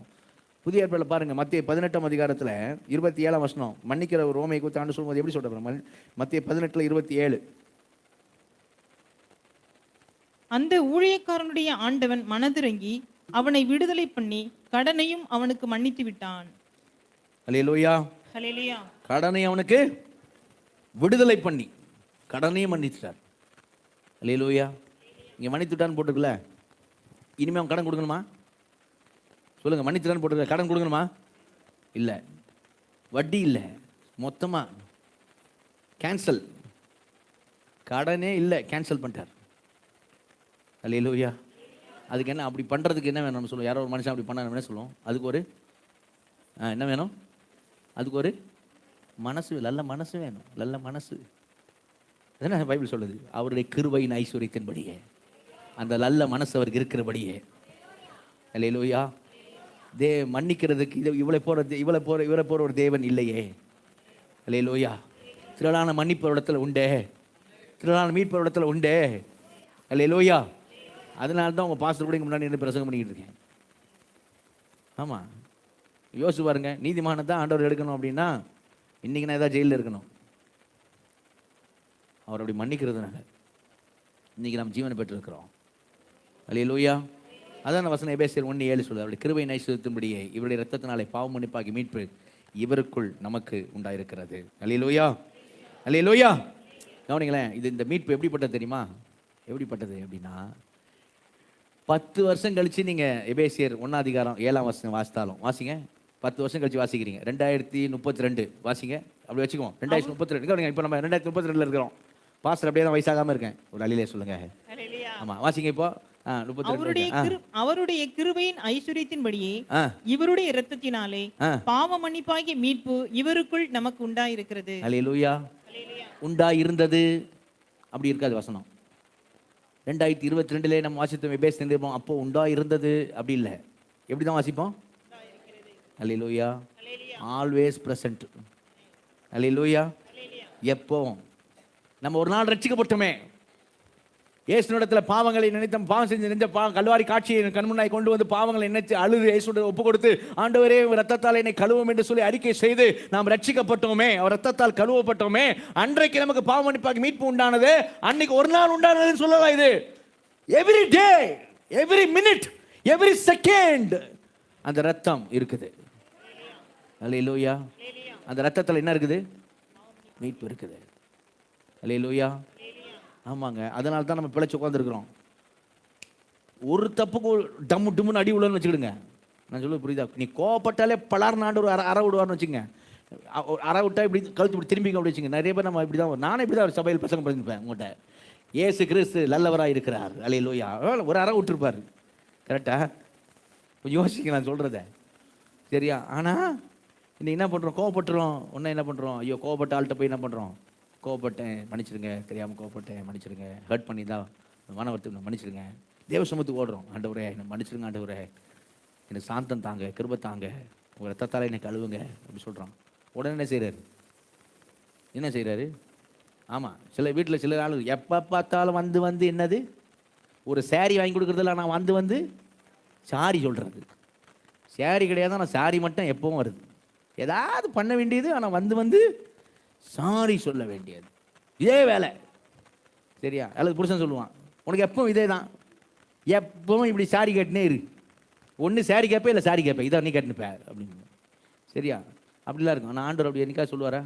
எப்போ பார்த்தாலும் வந்து டெய்லி வந்து ஜெபம் பண்ணும் போதெல்லாம் என்ன பண்ணுற நீ சொல்லுங்க. ஜெபம் பண்ணும் போதெல்லாம் வந்து என்ன கேட்குற அப்படி கோபப்படுவாரா? இல்லை. அல்லேலூயா. நாம் பாவங்களை அறிக்கையிட்டால் பாவங்களை நமக்கு மன்னித்து எல்லா அநியாயத்தை நீக்கி நம்மை சுத்திகரிப்பதற்கு அவர் நீதியும் உண்மையுள்ளவராக இருக்கிறார். அல்லேலூயா. இப்படி சொல்லும் போது யாருக்காவது தோணுச்சுன்னீங்க, என்னன்னு, ஓ இது நல்லா இருக்கே, அப்போ ரத்தம் எப்பவும் இருக்குதா, அப்போ நான் நல்லா இனிமேல் ஜாலியாக பாவம் பண்ணிட்டு நான் போய் ரத்தத்தால் கழுவுங்காண்டவரே சொல்லுவேன் அப்படின்னா நீ பன்னிக்குட்டி, நீ ஆட்டுக்குட்டி கிடையாது. ஆமாம், நீ ரட்சிக்கவே படலை, அதான் உண்மை. ஆமாம், அதான் உண்மை. ஏன்னா கிருபை அறிஞ்சவன் எப்படி இருப்பான்? கிருபை அறிஞ்சவன் அப்படி இருக்க மாட்டான். அப்படி அந்த யாராவது அப்படி யோசனை வந்திருந்தா வச்சுக்க, நீங்கள் ரட்சிக்கப்படலை, கொஞ்சம் டேஞ்சர் அது. சரியா? ஏன்னா கிருபை அறிஞ்சவன் அப்படி இருக்க மாட்டான். கிருபை அறிஞ்சவன் கிருபையை போக்கடிக்க மாட்டான். கிருபை அறிந்தவன் கிருபை நாவியை நிந்திக்க மாட்டான். கிருபை அறிந்தவன் கிருபை காம விகாரத்துக்கு எதுவாய் புரட்ட மாட்டான். அவர் பாதத்தில் கண்ணீரோடு விழுந்து கிடப்பான். அல்லேலூயா. இந்த கிருபையை விட்டு என்ன செய்ய மாட்டான்? விலக மாட்டான், விழுந்து கிடப்பான். என்னை மன்னித்தீரே, என்னை ஏற்றுக்கொண்டீரே அப்படின்னு சின்ன ஒரு காரியம் நடந்தாலும், சின்ன ஒரு கோபப்பட்டா கூட ரொம்ப டிஸ்டர்ப் ஆகிடுவான். உடனே என்ன செய்யணும்? எப்போ ரிலீஃப் ஆகும் டிஸ்டர்பன்ஸு? எப்போங்க ரிலீஃப் ஆகும்? தேவ சமூகத்தில் ஆண்டுகிட்ட ஒப்பு கொடுங்க, ரத்தத்தால் கழுவப்பட்ட தான் ரிலீஃப் ஆகும். அப்படி இருக்கீங்களா? அப்படி நம்ம இருக்கோமா? அப்போ தான் நம்ம யார்? ரட்சிக்கப்பட்டிருக்கோம். இப்படி சொன்னோன்னா லைசன்ஸ் மாதிரி எடுத்துக்கூடாது. ஓ ஆல்வேஸ் இட் இஸ் அவைலபிளா, 10 வருஷம் கழிச்சு வாசம் அப்படி தான் இருக்குதா, நல்லா இருக்கே, ஸ்தோத்திரம். அப்போ நம்ம சேத்தில் பொருள போகிறேன், சாக்கடையில் பொருள போகிறேன். நான் பன்னிக்குட்டி, ஆட்டுக்குட்டி கிடையாது. ஆட்டுக்குட்டி சேத்தில் விழுந்தால கத்தும். அல்லேலூயா. அதுக்காக அங்கே போட்டுல, அதுக்காக அங்கே போட்டல. ஆனால் கவனிங்க, அவுட் ஆஃப் மார்க்கெட் எக்ஸ் அக்ராசோ, நம்மளை மறுபடியும் அந்த பாவ சந்தைக்குள்ள அவர் கொண்டு போக மாட்டார். அல்லேலூயா. நாம் செய்த பாவங்கள் மறுபடியும் நம்ம கணக்கில் ஆண்டவர் காமிக்கவே மாட்டார். நல்ல கரங்க தெல்ல சொல்லுவோமா? நீ ஒன்று செஞ்சிய, நீ இப்படி பண்ணியே அப்படி நம்ம கணக்கில் இனி வரவே வராது. அது போக்காடாக எல்லாவற்றையும் சுமந்து கண்டார். இயேசு கிறிஸ்து நமக்காக எல்லாவற்றையும் சுமந்து விட்டார். பாவத்தையும் நம்ம என்ன செய்ய பிரித்து மன்னிச்சிருக்கிறார் தேவன். அல்லேலூயா. அல்லேலூயா. அதனால வேணும் சொல்ல, ரோமர் 8:1 பாருங்க எப்படி சொல்லியிருக்கு, வாசிங்க. ரோமர் 8:1 வாசிங்க.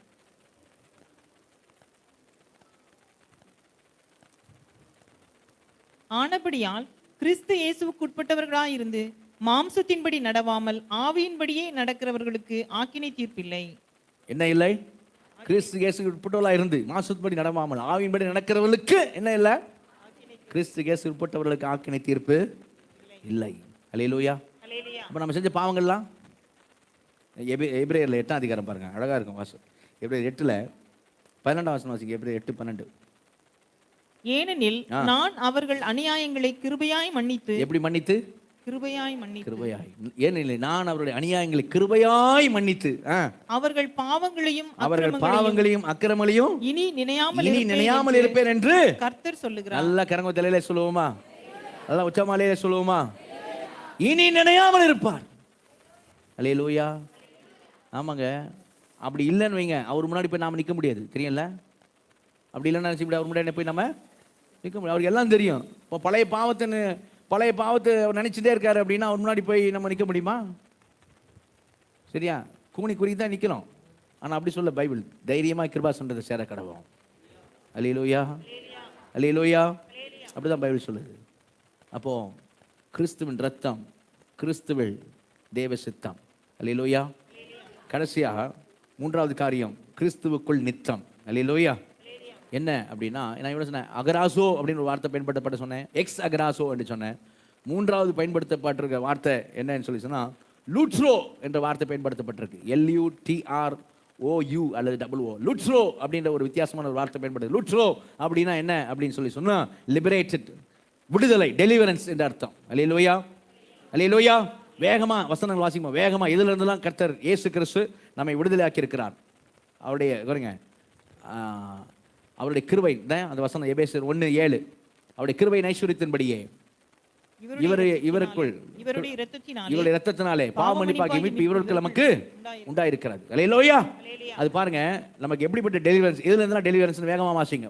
ஒவ்வொரு வசனம் வாசித்து முடிச்ச உடனே நான் சொல்ல மாட்டேன், நீங்க அல்லேலூயா சொல்லணும். நான் அல்லேலூயா சொல்லுவேன். நான் சொல்றேன் நீ சொல்லக்கூடாதுன்னு சொன்னேன். அல்லேலூயா. நான் அல்லேலூயா சொல்லுங்க அப்படி, நீ அல்லேலூயா இல்ல, உங்களுக்கே வரணும். பார்ப்போம் எல்லாத்துமே அந்த எதுல இருந்தாலும் நம்மள விடுதலை ஆக்கி இருக்கிறார் அப்படின்னு வாசிப்போம். இதுல இருந்து விடுதலை ஆக்கி இருக்கிறார். முதலாவது எபிரேயர் 9 அதிகாரம் 14 வசனம் வாசிங்க வேகமா. எபிரேயர் 9:14.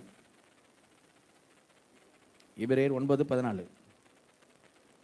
நித்திய ஆவினாலே நம்மைத்தாமே பழுதற்ற பலியாக தேவனுக்கு ஒப்பு கொடுத்த கிறிஸ்துவனுடைய இரத்தம் ஜீவனுள்ள தேவனுக்கு ஊழியம் செய்வதற்கு உங்கள் மனசாட்சியை உங்கள் மனசாட்சி அப்படின்னா குற்ற மனசாட்சி இனிமே நமக்கு இருக்காது. அல்லேலூயா. அல்லேலூயா. உங்கள் மனசாட்சியை செத்த கிரியைகளை சுத்திகரிப்பது எவ்வளவு நிச்சயம். அல்லேலூயா. இனிமே நமக்கு என்றென்றைக்கு என்ன இருக்காது? குற்ற பழைய பாவத்தில் வச்சு என்ன இருக்காது? குற்ற மனசாட்சி இருக்காது. அல்லேலூயா. குற்ற மனசாட்சியிலிருந்து கர்த்தர் நம்மை விடுதலாக்கி இருக்கிறார். அல்லேலூயா. அடுத்து ரோமர் 8:1 நம்ம ஏற்கனவே வாசித்தோம். வாசிங்க ரோமர் 8:1. கிறிஸ்து இயேசுவுக்கு உட்பட்டவளா இருந்து நமக்கு நம்முடைய பாவங்கள் செஞ்ச பாவங்களுக்கு இனி நமக்கு என்ன இல்லை? ஆக்கினை தீர்ப்பு இல்லை. அல்லேலூயா. நல்லா வருது இப்பதான். அல்லேலூயா. அல்லேலூயா. சோத்திரம். சரியா? வேற எது நமக்கு விடுதலை பாருங்க. வேற விடுதலை காரியங்கள் ரோமர் வாசிக்க. ரோமர்ல 6ஆம் அதிகாரம். ரோமர் 6:18 வாசிக்க. ரோமர் 6:18. பாவத்தினின்று நீங்கள் விடுதலையாக்கப்பட்டு நீதிக்கு அடிமைகளானீர்கள். அல்லேலூயா. ஏன் நீங்க வரமாட்டது? அல்லேலூயா வரமாட்டது. கிருபைக்கு கீழ்ப்பட்டிருக்கப்படினால் பாவம் உங்களை மேற்கொள்ள மாட்டாது. முன்னாடி விரும்பி விரும்பி செஞ்சிருப்போம், இப்ப அப்படி இல்லை, பாவத்தை வெறுப்போம். அல்லேலூயா. முன்ன விரும்பி செஞ்ச பாவத்தை இப்போ வெறுப்போம். நான் செயின் ஸ்மோக்கரா இருந்தேன். ஒரு சிகரெட்டுக்கு முன்னாடி இன்னொரு சிகரெட் பற்ற வைப்பேன். காலைல டாய்லெட் வரல சிகரெட் இல்லாம. சரியா? ஏன்னா இன்னைக்கு இப்போ எங்கேயாவது பக்கத்தில் போன கடைக்கு எங்கெல்லாம் போனேன்னா, மளிகை கடைக்கெல்லாம் போனாங்க, யாராவது சிகரெட் வாங்கி பற்ற வச்சாலும் அந்த புகை மூக்கில் ஒரு மாதிரி இருக்குது. கிளம்பு தலையில சொல்லுவோமா? அல்லேலூயா. நானே என்னை பார்த்து ஆச்சரியப்படுறேன். நானா இது? அவன் பற்ற வைக்கான் மூக்கில் எவ்வளோ லேசாக ஏறினாலும் நமக்கு என்ன செய்ய முடியல, அது ஏற்ற முடியல, தாங்க முடியல. பாவத்திலிருந்து கர்த்தர் நம்மை விடுதலையாக்கி இருக்கிறார். அல்லேலூயா. பாவம் செய்கிறேன், பாவத்துக்கு அடிமையாக இருக்கிறான். குமாரன் விடுதலையாக்கினாள். மெய்யா விட நான் மட்டும் கரங்க தலையில சொல்லுங்க. கலாத்தியர் 1:4 வாசிங்க. கலாத்தியர் 1:4. எதுலேருந்து விடுதலை வாசிங்க. கலாத்தியர் 1:4. எதுலேருந்து மீட்பு? பாவ மன்னிப்பாக்கி மீட்பு. கலாத்தியர் 1:4. அவர் நம்மை இப்பொழுது இருக்கிற பொல்லாத பிரபஞ்சத்திற்கு விடுவிக்கும்படி நம்முடைய பிதாவாகிய தேவனுடைய சித்தத்தின்படியே நம்முடைய பாவங்களுக்காக தம்மை தாமே ஒப்பு கொடுத்தார். அல்லேலூயா. எதிலிருந்து விடுவிக்கும்படி? பொல்லாத பிரபஞ்சத்திலிருந்து நம்ம விடுவிக்கப்பட்டிருக்கிறோம். அல்லேலூயா. அல்லேலூயா. கலாத்தியர் 3:13 வாசிங்க. கலாத்தியர் 3:13. மரத்திலே தூக்கப்பட்ட எவனும் சபிக்கப்பட்டவன் என்று எழுதியிருக்கிறபடி கிறிஸ்து நமக்காக சாபமாகி நியாயப்பிரமாணத்தின் சாபத்திற்கு நம்மை நீங்களாக்கி மீட்டுக் கொண்டார். நிச்சயமா கர்த்தர் உங்களை ஆசீர்வதிப்பார். அல்லேலூயா. நல்லா சொன்னீங்க. ஓகே. கலாத்தியர் 5:1. ஆனபடியினாலே நீங்கள் மறுபடியும் அடிமைத்தனத்தின் உட்படாமல் கிறிஸ்து நமக்கு உண்டாக்கின சுயாதீன நிலைமையிலே நிலை கொண்டிருங்கள். அல்லேலூயா. எது? நியாயப்பிரமாண அடிமைத்தனத்துக்கு உட்படாமல். அல்லேலூயா. கிறிஸ்துவின் பிரமாணம். அல்லேலூயா. அந்த அடிமைத்தனத்துல விடுதலையாக்கிற. கொலோசியர் 1 அதிகாரம் 13 வசனம். கொலோசியர் 1:13-14. கொலோசியர் 1:13-14. இருளின் அதிகாரத்தினின்று நம்மை விடுதலையாக்கி தமது அன்பின் குமாரனுடைய ராஜ்யத்திற்கு உட்படுத்தினவருமாய் இருக்கிற பிதாவை ஸ்தோத்தரிக்கிறோம். அல்லேலூயா. எந்த அதிகாரத்திலிருந்து? இருளின் அதிகாரத்திலிருந்து விடுதலை. அல்லேலூயா. எபிரேயர் 2 அதிகாரம் 14 வசனம். 14-15. எபிரேயர் 2:14-15. ஆதலால் பிள்ளைகள் மாம்சத்தையும் இரத்தத்தையும் உடையவர்களாய் இருக்க அவரும் அவர்களைப் போல மாம்சத்தையும் இரத்தத்தையும் உடையவரானார். மரணத்துக்கு அதிகாரியாகிய பிசாசானவனை தமது மரணத்தினாலே அழிக்கும்படிக்கும் ஜீவ காலமெல்லாம் மரண பயத்தினாலே அடிமைத்தனத்திற்குள்ளானவர்கள் யாவரையும் விடுதலை பண்ணும்படிக்கும் அப்படியானார். அல்லேலூயா. எதிலிருந்து விடுதலை? மரண பயத்திலிருந்து. அல்லேலூயா. எத்தனை விடுதலை பாருங்க. குற்ற மனசாட்சியிலிருந்து விடுதலை, பாவத்தின் வல்லமையிலிருந்து நமக்கு விடுதலை, சாபத்திலிருந்து நமக்கு விடுதலை, நியாயப்பிரமாண அடிமைத்தனத்திலிருந்து விடுதலை, பொல்லாத பிரமேயத்திலிருந்து நமக்கு விடுதலை, மரண பயத்திலிருந்து நமக்கு விடுதலை. அல்லேலூயா. நல்ல கவனிங்க. இத்தனை விடுதலையும் பாவ மன்னிப்பாகி மீட்பு கிறிஸ்துவுக்குள் நமக்கு இல்லைன்னு சொன்னா, முக்கியமான கவனிங்க, முக்கியமானது. ஒரு மனுஷனுக்கு இதெல்லாம் இல்லை அப்படின்னு சொன்னா, இந்த உலகத்துல அவன் கோடிகள் வச்சிருக்கட்டும், எவ்வளவு பெரிய ஆளா கூட இருக்கட்டும், எவ்வளவு பெரிய ஸ்தானத்தை கூட அவன் இருக்கட்டும், ஆனா போகும்போது இஸ் நத்திங், அவன் ஒன்னும் இல்லாதவன். அல்லேலூயா.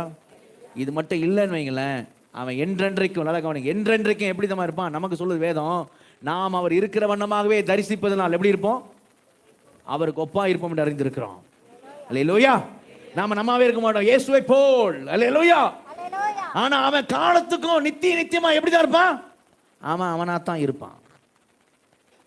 அவன் காலத்துக்கும் குற்ற மனசாட்சியோடு இருப்பான். நித்தியமா நரகத்துல எப்படி இருப்பான்? இந்த விடுதலை இல்லைனா, இந்த மீட்பு இல்லைனா, நித்தியமா குற்ற மனசாட்சி, ஐயோ நான் இப்படி பண்ணனேன், ஐயோ நான் அப்படி பண்ணனேன், குற்ற மனசாட்சியோடு கூட இருப்பான். நரகத்தை பத்தி ஆண்டு சொல்லும்போது அங்கே அழுகையும் புலம்பலும் பற்கடிப்பு இருக்கும். காலகாலமா, நித்திய காலமா அவன் என்னதான் செஞ்சுக்கிட்டு இருப்பான்? அழுது கொண்டே இருப்பான். அழுது கொண்டே. நம்முடைய கண்ணீர் யாவும் துடைக்கப்படும். நரகத்தில் அழுது கொண்டே இருப்பான். அழுது கொண்டே இருப்பான், புலம்பிக் கொண்டே இருப்பான், நர்னு பல்ல கடிச்சு கொண்டே இருப்பான். அவன் மேல அவனுக்கு பற்கடிப்பு இருக்கும். யாரால நரகத்துக்கு போனாலும் அவங்க மேலேயும் பற்கடிப்பு இருக்கும். சரியா? எப்போ? ஒரு நாள் 2 நாள் இல்லை, 10 நிமிஷம் 20 நிமிஷம் இல்லை, நித்தியமா. எவ்வளோ பெரிய விடுதலை ஆண்டவர் நமக்கு தந்திருக்காரு பாருங்க. அதுக்காக அதான் சொல்கிறேன். அது என்னன்னு தெரிஞ்சால் தான் நமக்கு எவ்வளோ பெரிய விடுதலை நமக்கு தெரியும். இந்த விடுதலை மட்டும் இல்லை, நித்தியமாக குற்ற மனசாட்சி. இந்த விடுதலை மட்டும் இல்லை, நித்தியமாக நாம தான் இருப்போம். இந்த விடுதலை மட்டும் இல்லை, நித்தியமாக அழுதுகிட்டு தான் இருப்போம், நித்தியமாக புலம்பிட்டு தான் இருப்போம், நித்தியமாக பற்கடிப்பில் தான் இருப்போம், நித்தியமாக அவியாத அக்கினியில் தான் இருப்போம், நித்தியமாக சாகாத புழு கூட தான் இருப்போம். எவ்வளோ அடித்தாலும் அந்த புழு சாகாது, அங்கே தான் இருப்போம். ஸ்மெல்லு நாத்தங்கத்தை எல்லாம் அங்கே தான் இருக்கும், அங்கே தான் இருப்போம். இந்த விடுதலை இல்லைன்னா. ஆனால் வசனம் சொல்லுது, அவருடைய கிருபையின் ஐஸ்வரியத்தின்படியே பாவ மன்னிப்பாக்கி, அவருடைய கிருபையின் ஐஸ்வரியத்தின்படி இவருடைய ரத்தத்தினாலே பாவ மன்னிப்பாக்கி மீட்பு இவருக்குள் நமக்கு உண்டாயிருக்கிறது. அல்லேலூயா. நமக்கு என்ன இருக்குது? உண்டாயிருக்கிறது. அல்லேலூயா. அல்லேலூயா. நாம அந்த பாவ அடிமைத்தனத்திலிருந்து, அந்த சந்தை வெளியில் இருந்தோன்னு வைங்க, தரித்திரலாம் இருப்போம், ஆவிக்குறி தரித்திரலாம். ஆனால் இப்போ நம்ம யாரு? ஐஸ்வர்யவான்கள். அல்லேலூயா. அல்லேலூயா. அந்த பாவ அடிமைத்தனத்தில் நம்ம இருந்தோன்னு வைங்களேன், சாபத்துக்குள்ள இருந்தோன்னு வைங்களேன், நம்ம எப்படி தான் இருப்போம்? ஆவிக்குறி தரித்திரலாம் இருப்போம். இப்போ நம்ம யாரு? ஆவிக்குறி ஐஸ்வர்யவான்கள். அல்லேலூயா. நம்மளை ஐஸ்வர்யவான்களாக்கி இருக்கிறார். நம்ம என்ன செய்யலாம்? கவனிங்க, 2 காரியம். 1, இவ்வளோ பெரிய ரட்சிப்பு, இவ்வளோ பெரிதான ரட்சிப்பு, இவ்வளோ பெரிதான விடுதலை இல்லையா? 3 காரியம் பார்த்தோம். இதுக்கு என்றென்றைக்கும் இயேசுக்கு நம்ம என்ன சொல்லலாம்? சொல்லுங்க, என்ன சொல்லலாம்? நன்றி சொல்லலாம். அல்லேலூயா. ஆண்டவரே, உம் ரத்தத்தால் என்னை மீட்டீரே, உமக்கு நன்றி. நன்றி சொல்றது மட்டும் இல்லை, இனி நான் யாருக்காக தான் வாழ்வேன்? சொல்லுங்க, உமக்காக தான் வாழ்வேன். அல்லேலூயா. ஏன் தெரியுமா? இந்த டெலிவரன்ஸ் நல்லா கவனிங்க. அந்த பாவ சந்தையிலிருந்து நான் சொன்ன முதல்ல கிரையம் கொடுத்து வாங்குறது, 2வது அவுட் ஆஃப் மார்க்கெட், வெளியே கொண்டு போய், சரி இனிமேல் உன்னை உள்ளே கொண்டு போக மாட்டேன் சொல்றது, 3வது டெலிவரன்ஸ், விடுதலை. என்ன தெரியுமா? அவனை அடிமைத்திலிருந்து விடுதலை ஆக்கிறது மட்டும் இல்லை, அவனை விடுதலை என்னன்னா, இனிமேல் நீ அடிமை இல்லை, நீ என்னுடைய மகன், நீ என்னுடைய மகள் என்கிற விடுதலை. அல்லேலூயா. அதான் அந்த லுட்ரோ என்று சொல்லக்கூடியதான வார்த்தை. சரியா? அப்படிப்பட்ட வார்த்தை தாங்க போட்டிருக்கு. எபேசர் 1:7 போடப்பட்டிருக்க வார்த்தை அந்த வார்த்தை தான். அதனால தான் சுவீகார புத்திரர் ஆகும்படி நம்ம முன்குறித்திருக்கிறார்னு சொல்லிட்டு தான் பவுல் இந்த வார்த்தையை ஆவியின் ஏவப்பட்டு சொல்றாரு. லுட்ரோ என்னன்னா, உன்னை அடிமையா இல்லை, உன்னை பிள்ளையா ஏற்றுக்கொண்டிருக்கிறார். பாவ சந்தையிலிருந்து என்ன பண்ணிருக்க, உன்னை பிள்ளையாக, உனக்கு கிரையம் கொடுத்து உன்னை வாங்கி அவுட் ஆஃப் மார்க்கெட் உன்னை கொண்டு போய், நீ பண்ண பாவத்தை உன்னை விட்டு பிரிச்சு அனுப்பிச்சிட்டு உன்னை தனியாக்கி, பாவத்தை விட்டு பிரிச்சு உன்னை தனியாக்கி பரிசுத்தமாக்கி, இனி நீ அடிமை இல்லை, என் பிள்ளை அப்படின்னு உன்னை விடுதலையாக்கி இருக்கிறார். அல்லேலூயா. அந்த அர்த்தத்தை தான் லூட்ரோ அங்கே போடப்பட்டிருக்கிற வார்த்தை. அல்லேலூயா. நான் சொன்ன நன்றி அறிதல் உள்ள நம்ம இருக்கணும். அதோடு இன்னொன்று செய்யணும். என்னன்னு சொன்னால், இயேசுக்கு சொல்கிற ஒரு வார்த்தை, என் நாடுகளின் சத்தத்துக்கு செவி கொடுக்கிறது, நான் கீழ்ப்படியணும், அவைகளை நான் அறிந்திருக்கிறேன். ஆண்டவரோடு நல்ல ஐக்கியமாக இருக்கணும். சரியா? அவைகளை நான் அறிந்திருக்கிறேன், அவைகள் எனக்கு பின் செல்லுகிறது. அல்லேலூயா. எத்தனை பாடு, எத்தனை உபத்திரம் வந்தாலும் என்ன இயேசுவை. ஆமாம், இன்னைக்கு சில பேர் உபத்திரம் பாடுனால ரட்சிப்பு விட்டே போகிற ஆட்கள்லாம் இருக்கிறாங்க. அப்படி இல்லாமல், சரியா, என்ன ஆனாலும் சரி, என்ன உபத்திரம்னாலும் சரி, இந்த அன்பை விட்டு நான் எங்கே போவேன் அப்படின்னு செய்யணும், அவரை பிடிச்சிக்கணும். எப்பவும் அவருடைய நினைவாகவே. சரி, எப்பவும் அவருடைய, அதான் லவ்வுங்க. லவ்னா எப்பவும் அவர் நினைவாக இருப்பது. சரியா? துன்பம் வந்தாலும் துயரம் வந்தால் என்ன வந்தாலும் சரி, ஆண்டவரை நான் என்ன செய்ய மாட்டேன், நான் பிரிய மாட்டேன், இந்த அன்பை விட்டு நான் எங்கே போவேன் அப்படின்னு நம்மளை ஒப்பு கொடுக்கறது. ஒப்பு கொடுப்போமா? எழுப்பி நின்று ஒரு பாடல் பாடி